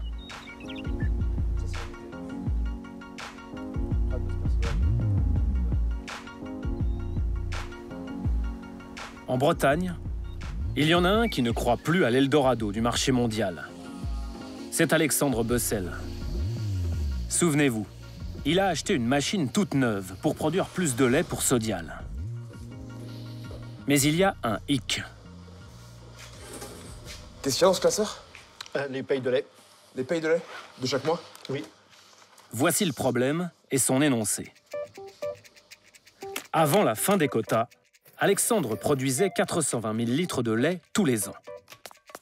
Sodial lui achetait ce lait à un prix unique, le prix A. Mais avec la fin des quotas, Sodial veut plus de lait. Alors Alexandre investit dans sa machine et produit 50 000 litres de plus chaque année. Mais ces litres-là, Sodial ne va pas les acheter au prix de base. La coopérative invente un nouveau prix, le prix B. Mais ce qui n'est pas dit, c'est que le prix B est dangereux, car très instable. Alors, où est-ce qu'on voit la différence de prix? Le prix A, le prix B. Le prix B est toujours inférieur au prix A? Récemment, oui. Depuis mai 2015, il est en dessous. Grosso modo, depuis la fin des quotas? Ah bah oui. Parfois même, très en dessous. Juillet. Là-haut, en droite. Juillet 2016. Donc la volume B. Là, d'accord, là, il est à 191. Ouais. C'était quand, ça? Au mois de juillet. Et à 191 € les 1000 litres, vous perdez combien, vous? 150. 150 € de perte pour 1000 litres de lait en prix B? Oui. Comment est-ce que ça peut être aussi bas? Qu'est-ce qui justifie ça? C'est l'excédent du lait sur le marché. Sur le marché mondial? Le marché mondial. La variable d'ajustement, c'est les producteurs. C'est normal, c'est nous qui produisons la matière première. S'il y a trop de volume sur le marché, c'est le prix qui en découle tout de suite. Et nous, on le paye cash. On reprend, parce que ça donne le vertige. D'abord, un rappel. Pour produire du lait, que ce soit en prix A ou en prix B, Alexandre doit dépenser 340 € en frais tous les 1000 litres.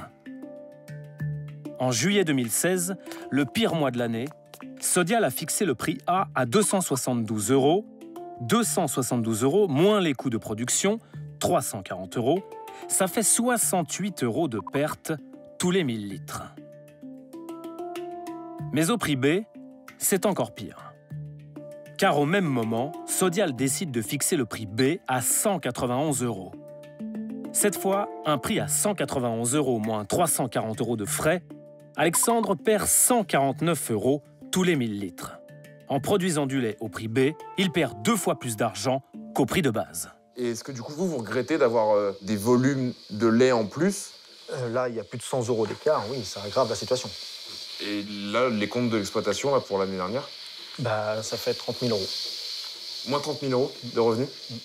Donc ça fait un déficit de 80 000 € en 3 ans.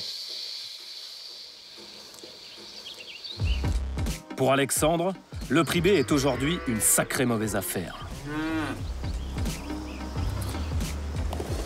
Sodial savait-il qu'avec le prix B, il allait mettre beaucoup de ses éleveurs dans le rouge? Une question toute trouvée pour le patron de la coopérative, Damien Lacombe. OK.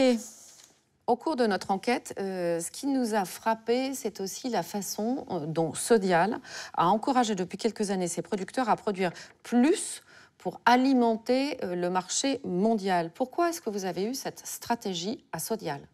Alors déjà, je vais un peu rectifier vos propos. Je suis désolé, mais je vais rectifier vos propos. On n'a pas encouragé nos producteurs à produire plus. On leur a donné l'opportunité de le faire s'ils le souhaitaient.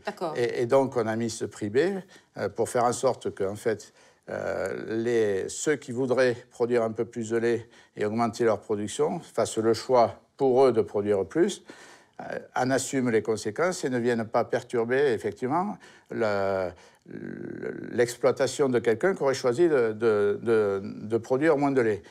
Est-ce que vous considérez aujourd'hui, avec le recul, que les éleveurs qui, effectivement, ont sauté le pas, ont décidé d'agrandir leurs exploitations, de produire plus de lait pour aller sur le marché mondial en souscrivant à ce fameux prix B, ont eu raison? Est-ce que pour eux, ça a été une bonne affaire? Je pense que pour certains sont satisfaits aujourd'hui de l'avoir fait. D'autres Vous êtes sûr? Oui, d'autres peuvent le regretter. Il n'y en a pas beaucoup. D'autres peuvent le regretter. Ce que je peux vous... Il y en a beaucoup plus qui le regrettent que qui sont satisfaits, non? Objectivement. Je ne peux pas vous laisser dire ça. Et le bilan, l'année 2016 a effectivement été très, très difficile. Par exemple, en juillet 2016, le prix B est descendu jusqu'à 191 € les 1000 litres de lait. Est-ce que vous savez, en moyenne, combien perd un éleveur quand il vend son lait à ce prix-là? Alors, ils vendent du lait au prix B, mais ils vendent du lait au prix A. Et donc, vous répondez, vous voulez pas répondre à cette question, en fait. Le coût de production moyen d'un éleveur était de 34 centimes le litre. Donc combien perd-il quand il vend son lait à 191 € les 1000 litres? Je vais répondre à la question en disant, en expliquant ce qu'on a fait justement pour éviter que les producteurs Pourquoi vous ne répondez pas à cette question? On a fait le calcul. Si vous lui achetez les 1000 litres de lait à 191 €, il perd 149 €. Non seulement il ne se verse pas de salaire, mais en plus, il perd 149 €. Oui, mais heureusement que pour les producteurs... ce n'est pas leur moyenne de prix annuel, sinon effectivement ce serait grave et compliqué. Franchement, Monsieur Lacombe, est-ce que vous n'avez pas envoyé vos éleveurs au casse-pipe avec ce prix B? Et est-ce qu'aujourd'hui, vous ne vous dites pas, bah oui, on a fait une erreur? Ce que je viens de vous expliquer, c'est qu'on venait de revisiter, en consultant les éleveurs partout sur le terrain, si ce système de prix A et B était vertueux. Et moi, ce n'est pas le président de la coopérative qui décide d'un système de prix à l'intérieur de la coopérative. C'est parce qu'on est allé sur le terrain, qu'on a consulté les gens, qu'on a construit petit à petit un système qu'on a pensé vertueux. Aujourd'hui, ce que nous demandent les gens, ce que nous demandent les producteurs, ce que nous, on demande en tant que producteurs, c'est qu'effectivement, petit à petit, au fur et à mesure où on obtient des transformations qui permettent une meilleure valorisation du prix du lait, on limite la part de B qui est dans notre système. D'accord, donc vous êtes en train petit à petit d'enlever une part de B parce que vous considérez effectivement que ça a pu être une erreur? Non, parce que la coopérative qui a fait un gros travail de... Vous venez de me dire que après avoir fait un tour de France, c'est ce que vous venez de me dire. Vous êtes en train de me dire, vous avez fait un tour de France, vous avez consulté tout le monde et vous avez décidé de limiter la part de prix B. C'est bien ça que vous venez de me dire? Ce que je vous ai dit, c'est que nos adhérents nous demandent que quand il y a de nouvelles transformations qui valorisent mieux le prix du lait, ça permette de limiter le prix B. Est-ce que vous dites, en gros, avec un peu de recul, on a fait une erreur, le prix B, c'était pas une bonne idée pour nos producteurs? Non, je peux pas, justement, on peut pas dire ça aujourd'hui. Pourquoi vous limitez la part du prix B, alors? Parce que c'est si je peux me replacer un peu en arrière, je vais vous expliquer ce qui s'est passé dans notre histoire de coopérative. Franchement, parce que là, pour que le grand public puisse vous comprendre, j'ai l'impression qu'en fait, il y a un petit nuage de lait, on va dire, pour pas dire nuage de fumée, qui se met en place. Non, parce que en fait, quand on complexifie les choses, plus personne ne comprend rien, et parfois, ça a l'air de vous arranger. Moi, je suis tout à fait d'accord de simplifier, mais il ne faut pas interpréter les choses différemment de la façon dont on les a construites, quoi, voilà. Merci à vous, Monsieur Lacombe. Merci à vous. Aucun mea culpa. Aucune remise en question. Pour son patron, Sodial n'a commis aucune erreur stratégique.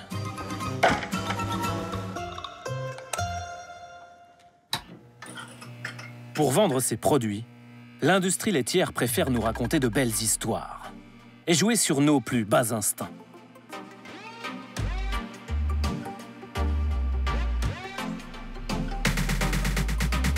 Mais si, souvenez-vous, le lait, c'était érotique. Le yaourt, c'était aphrodisiaque. Le fromage, c'était sexy. À l'époque, pour pécho, le truc, c'était de croquer à pleines dents dans un bon clacos. D'organiser des pique-niques de yaourt en haut des pistes. Et d'essuyer les moustaches de la petite Caroline, qui s'en est mis partout, cette maladroite. Les produits laitiers, des sensations pures. Et puis l'industrie a réquisitionné les éleveurs pour participer. On leur a même demandé de chanter en yaourt, arôme, mauvais playback. Si je me lève de bonne heure, c'est pour fabriquer du bonheur. Produits laitiers, c'est un métier, c'est une passion, ça vient du cœur. Les produits laitiers sont nos amis pour la vie. C'est bon ou tu la veux en rap? Ah non mais trop pas là. Consommer plus, c'est produire plus. Inonder le monde de lait. Au salon de l'élevage, la Mecque de la mamelle de compète, c'est toujours le credo officiel. Ambiance, bête de concours et compétition de tuning bovin. C'est à celui qui aura la plus belle, la plus clinquante et surtout la plus productive.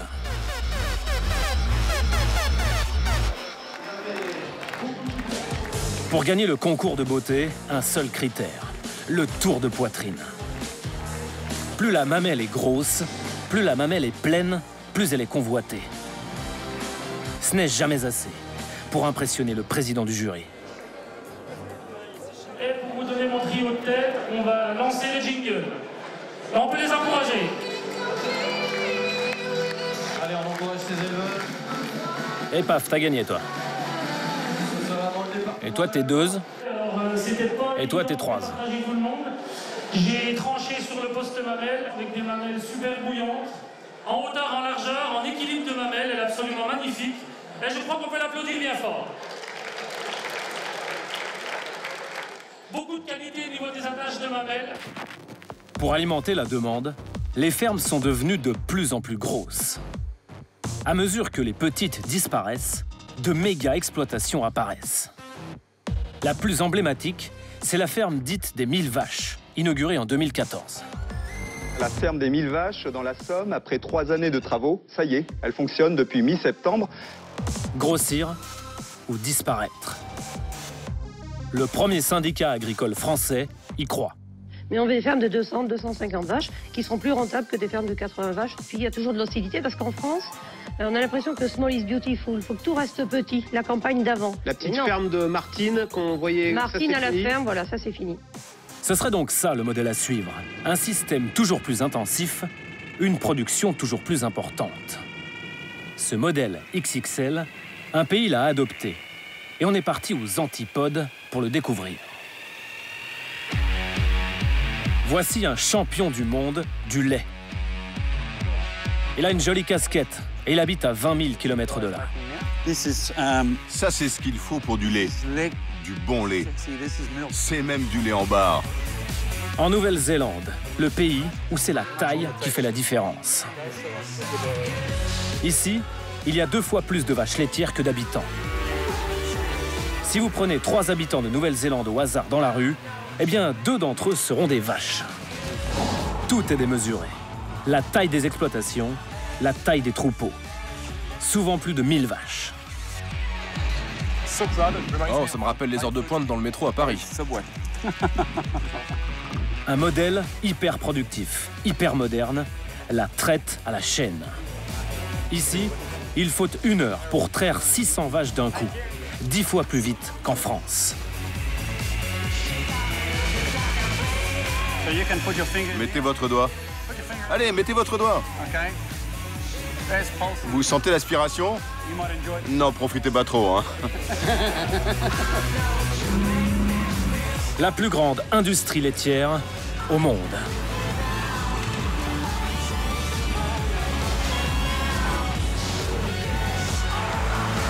C'est même ici, à Auckland, que sont fixés les cours mondiaux du lait.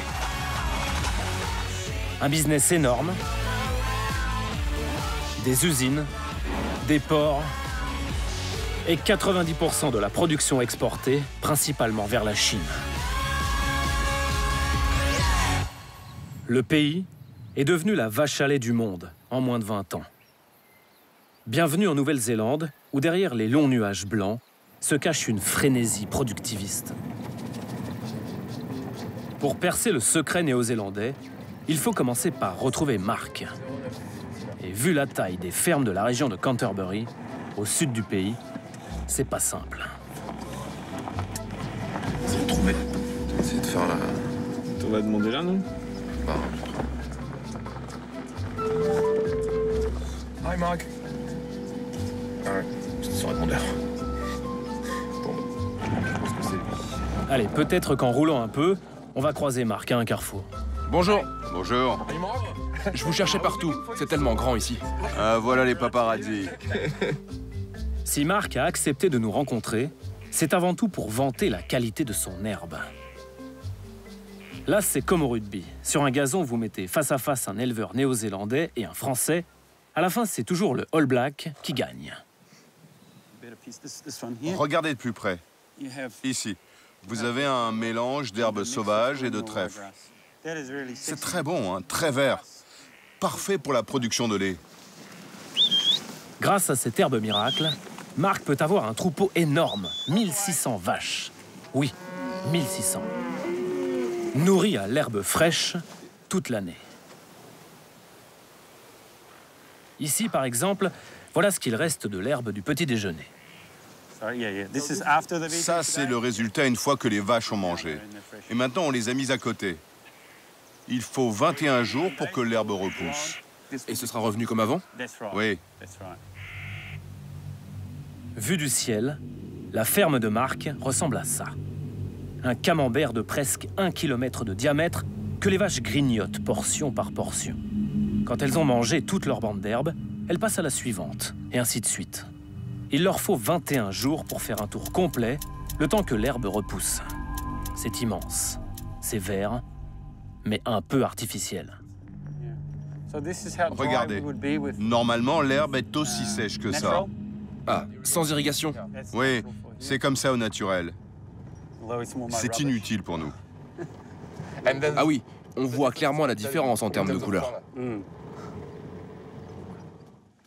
Le secret de ce verre, il s'étend juste devant nous.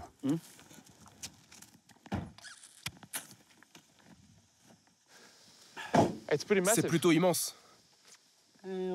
Ça fait 470 mètres. Oui, on couvre 75 hectares.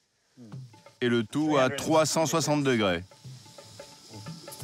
Chez Mark, il faut se déplacer à moto, tellement la zone à irriguer est vaste. Vous l'aurez compris, ici, on n'est pas du genre à fermer le robinet quand on se lave les dents. Vous savez combien de litres vous consommez? Vous avez le chiffre? Oui, oui. On surveille tout ça de près. La machine déverse 35 litres par seconde. On a fait le calcul. Ça fait 3 millions de litres par jour. 1 milliard à l'année. Pour une seule prairie. La consommation d'une agglomération comme celle de Dax. Ce serait possible d'avoir une ferme comme la vôtre sans irrigation? Dans cette région? Non, impossible. Alors on pompe l'eau dans les nappes phréatiques et les rivières. On a même un canal et un tuyau entre la rivière et la ferme.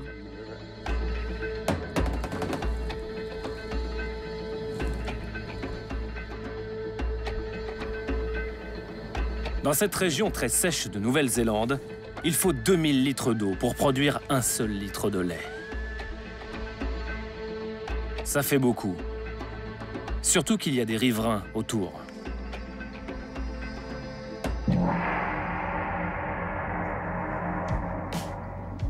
Mike Glover est l'un d'entre eux. Il habite à quelques kilomètres de la ferme de Mark, dans un coin où il y a 3 fois plus de vaches que d'habitants. Et avec les chaleurs de l'été austral, il a envie d'emmener sa fille, Rosie, piquer une tête dans la rivière près de chez eux. Et ça, c'est cool.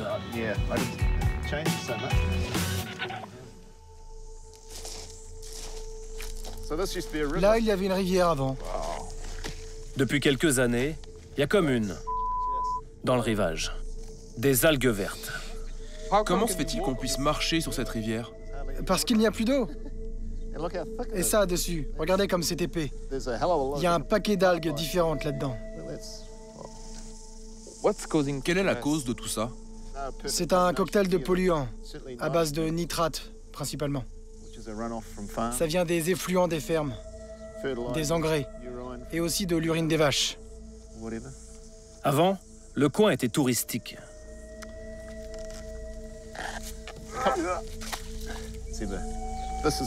C'est notre pire été, vraiment. L'eau passait au-dessus de ce pont. Et comme sur cette photo de 1993, on sortait les maillots de bain. Mais depuis que les vaches laitières ont pris le pouvoir, le camping d'à côté est presque vide. Et les riverains ne viennent même plus tremper leurs orteils. Pardon, vous filmez l'eau polluée? C'est dégoûtant. Je ne veux pas dire ça à la télé, mais ça me met très en colère. Vraiment? Très en colère. Je ne peux pas emmener mes chiens se baigner, sinon ils meurent. À cause des algues. Avant, les gens se baignaient ici. Je suis désolée, mais c'est de la faute de l'industrie laitière. Vous pensez? Bien sûr, c'est terrible.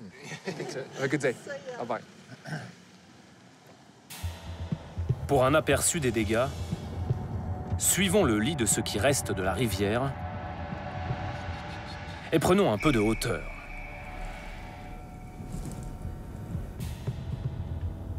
Tous les effluents des élevages laitiers géants de la région terminent leur course ici, dans ce lac, qui jadis, paraît-il, avait une vraie couleur de lac. Aujourd'hui, il a plutôt des allures de fosse septique. Dans l'eau, les niveaux de bactéries liés aux déjections des vaches explosent tous les seuils d'alerte. Et la baignade y est interdite.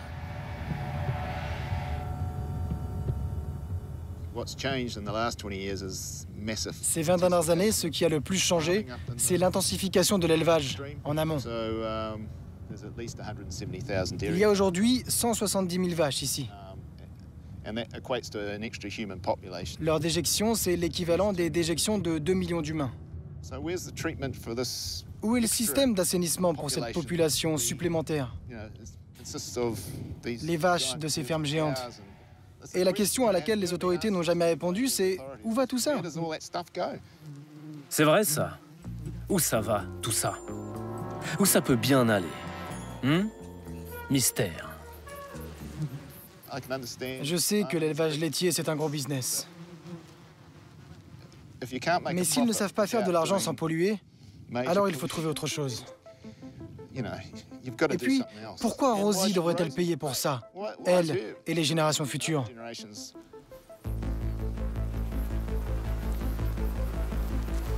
La Nouvelle-Zélande tout entière est en plein dilemme. Développer encore les immenses élevages laitiers ou préserver l'environnement. C'est l'un ou l'autre.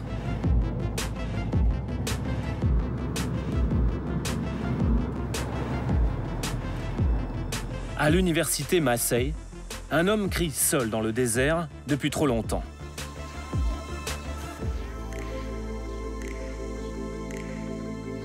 Biologiste, spécialiste des cours d'eau, Mike Joy alerte depuis 10 ans sur les dangers environnementaux de l'industrie laitière. Une pollution massive, 62% des rivières du pays dépassent les seuils sanitaires.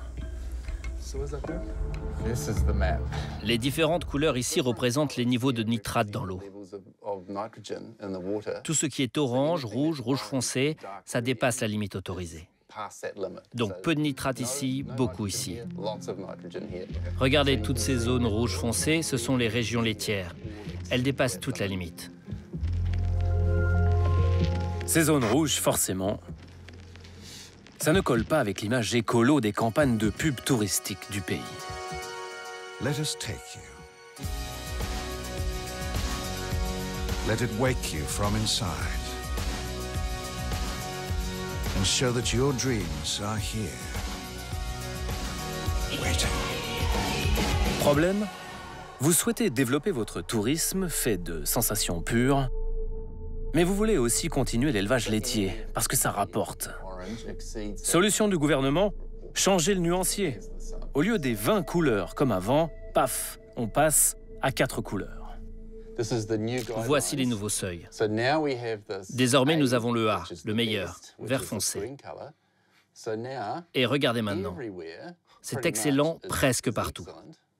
Bon, vous voyez, il y a des zones qui sont différentes ici en vert clair, le niveau B. Ce qui était au-dessus du seuil est maintenant un B. Voilà à quel point ils ont changé la limite. Donc, entre les deux cartes, il n'y a en fait aucune amélioration. Non, c'est comme les limitations de vitesse. Avant, c'était limité à 50 km/h.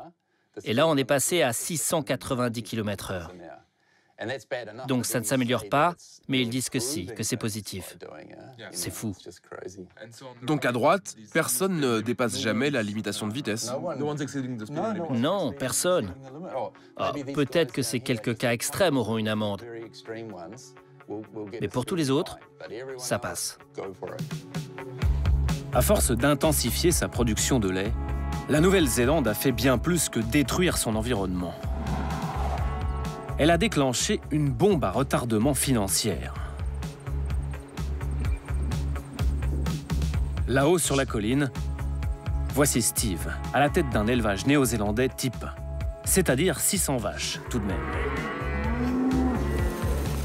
Ce matin, Steve a rendez-vous avec cet homme, James Allen, un super comptable. Content de te voir. De même. Dis donc, c'est drôlement vert. Oui, il a plu la semaine dernière. James et Steve vont découvrir les derniers cours du lait, fixés la nuit dernière à Auckland. Alors, baisse de 3,7%. Et pour trouver des années bénéficiaires, il faut remonter très loin. Tiens, Steve, montre-nous sur la courbe quelles sont les années où tu as fait un bénéfice et celles où tu as perdu de l'argent. C'est une très bonne question. Parce que là, en 2012, 2013, c'était pas si mal, non? Oui. À ce moment-là, je gagnais de l'argent. Et ensuite, on a pris la crise de plein fouet. Les prix se sont écroulés. Oui, c'est vrai. Après, on a eu 3 ans de pertes, 3 ans de suite. Et donc, pour une ferme moyenne comme celle-ci, on est à 100 000 $ de pertes par an. Donc, pour 3 ans, 300 000 $ de pertes. Ça a été une période vraiment très difficile. Soit 180 000 € de pertes par an. Pendant ce temps, Steve doit continuer à rembourser tous ses emprunts. Attention, voici la question qui fait bégayer tous les éleveurs laitiers de Nouvelle-Zélande. Vous êtes endetté de combien au total? Le montant total, c'est 9,2 millions de $. Et voilà, le vrai secret du miracle néo-zélandais. Du lait avec de gros morceaux de dette dedans. Derrière la réussite insolente des méga-fermes, il y a des chiffres qui font mal. Prenez Marc, le winner avec ses 1600 vaches. Eh bien, quand on évoque la dette, il n'y a plus personne. Est-ce que vous connaissez le montant de votre dette? Oui. Vous le voulez en pourcentage? Non, le chiffre total plutôt. Alors sa femme, Penny, vient à la rescousse. Oui, c'est moi qui suis les finances de près. Tu sais, tu n'as qu'à parler en kilos de matière solide. C'est 21 par kilo. Donc, vous connaissez le montant de votre dette? Oui, on a une dette calculée en kilos de matière solide extraite du lait des vaches. Et c'est 21 $ de dette par kilo. Voilà. Et quand vous faites l'addition,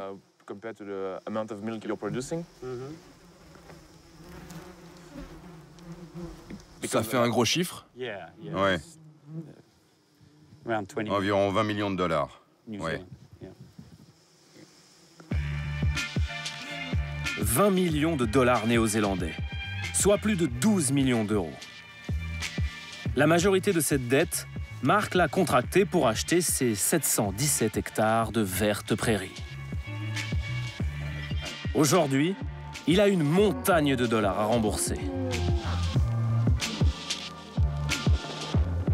Un économiste spécialiste du secteur laitier, James Lockhart, est très inquiet.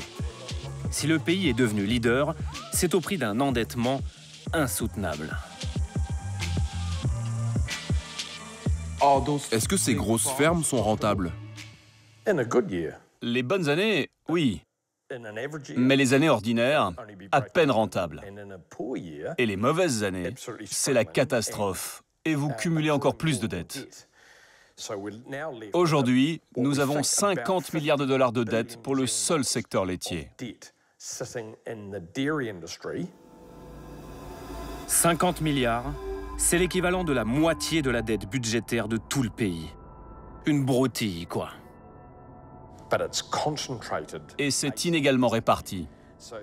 Les 2 tiers de la dette sont détenus par seulement 1 tiers des éleveurs, ceux qui possèdent 800 à 1600 vaches. C'est une bulle, comme une bulle immobilière, qui plane au-dessus des éleveurs. Sauf qu'à un moment, cette bulle va éclater. Et si cette bulle éclate, elle éclabousse toute la planète lait. Une petite bière? Merci, jamais pendant le service. Mais bon, face à un avenir aussi sombre, c'est vrai qu'on aurait bien besoin d'un petit remontant. Au terme d'1 an d'enquête, il reste des faits. En 2016, ni Marc, ni Steve, ni Alexandre, ni Pierre, ni Véronique, ni Dominique, ni Guylain n'ont gagné de l'argent en produisant du lait. Alors qu'est-ce qu'on fait? En France, comme souvent face à un problème, on crée une commission. Ou plutôt une série de commissions. Les États généraux de l'alimentation, comme les a baptisés Emmanuel Macron. Mot d'ordre, comment mieux rémunérer les producteurs. La cheville ouvrière de ce casse-tête, c'est Stéphane Travert, le ministre de l'Agriculture. Stéphane Travert, ça fait plus d'1 an maintenant que nous enquêtons sur la filière lait, 1 an que nous rencontrons des agriculteurs et franchement, il n'y en a pas un qui gagne sa vie correctement aujourd'hui. En tant que ministre de l'Agriculture, est-ce que cette situation vous choque? Oui, elle me choque. Elle me choque parce que voir des gens qui travaillent dur, les agriculteurs, ils se lèvent tôt le matin, ils travaillent dur et gagnent peu. Et ici, aujourd'hui, et parfois rien, mais en tout cas très très peu. Et aujourd'hui, au ministère de l'Agriculture, ce que nous avons envie de faire, c'est de changer ce paradigme. Et nous, quand on a regardé, par exemple, 2016, c'est la dernière année complète pour laquelle nous disposons de chiffres définitifs. On était même à hauteur de 280 € les 1000 litres de lait. C'est en tout cas le prix qui était payé par Lactalis et par Sodial, qui sont les 2 géants français du lait. Là, pour les éleveurs, c'est de la vente à perte. C'est illégal, la vente à perte. Pourquoi, dans le secteur laitier, c'est, entre guillemets, autorisé? Eh bien, justement, c'est comment est-ce que nous pouvons faire en sorte, dans le dialogue que nous souhaitons instaurer avec l'ensemble des maillons de la chaîne, nous ne puissions plus nous retrouver dans cette situation. Ça, c'est insupportable, vous dites. La vente à perte à 280 € les 1000 litres, c'est insupportable. Mais ce qui est insupportable, c'est de ne pas pouvoir gagner sa vie avec le prix dans lequel son produit est vendu. Moi, ce que nous voulons faire aujourd'hui, c'est faire en sorte que chacun des maillons de la chaîne puisse être correctement rémunéré.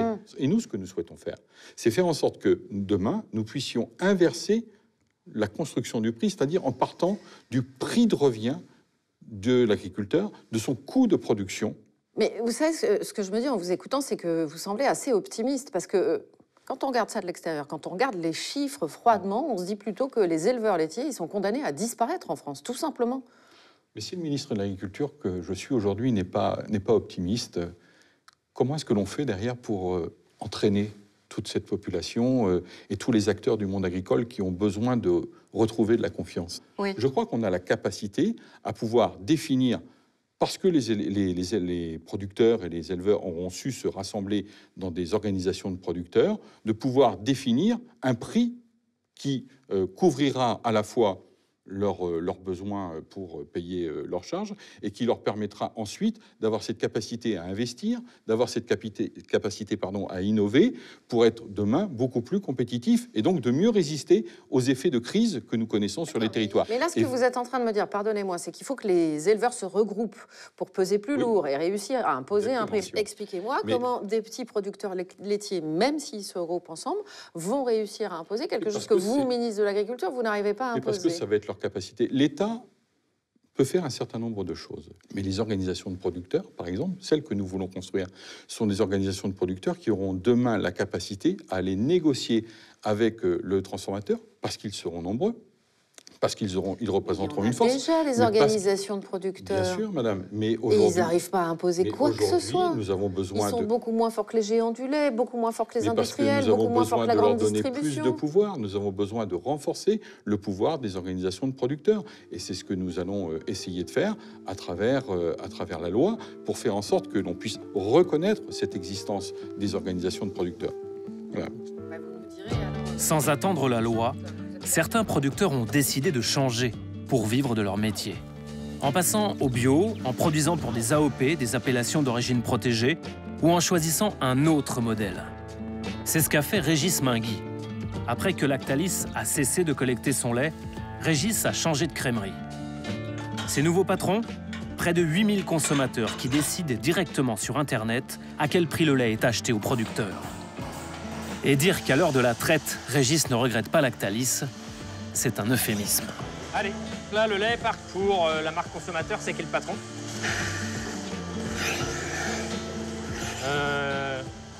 On était loin de s'imaginer que ce serait aussi compliqué de trouver une autre laiterie. Maintenant, on est heureux que les consommateurs, par l'intermédiaire de leur marque, aient voulu nous soutenir et nous permettre de rentrer dans leur filière. C'est le même lait que vous vendiez à Lactalis? Tout à fait. C'est le lait issu des mêmes vaches, nourri de la même manière, sans OGM. Rien n'a changé, en fait. C'est le même lait. Il n'y a que le prix qui a changé. C'est quoi la différence? La différence, c'est de l'ordre de 40 à 50 euros des 1000 litres. Et pour nous, ça change tout. Dans le supermarché du futur, cela paraîtra peut-être évident. Acheter notre lait un peu plus cher pour que, derrière l'étiquette, les éleveurs gagnent leur vie. Changer tout le système pour quelques centimes de plus.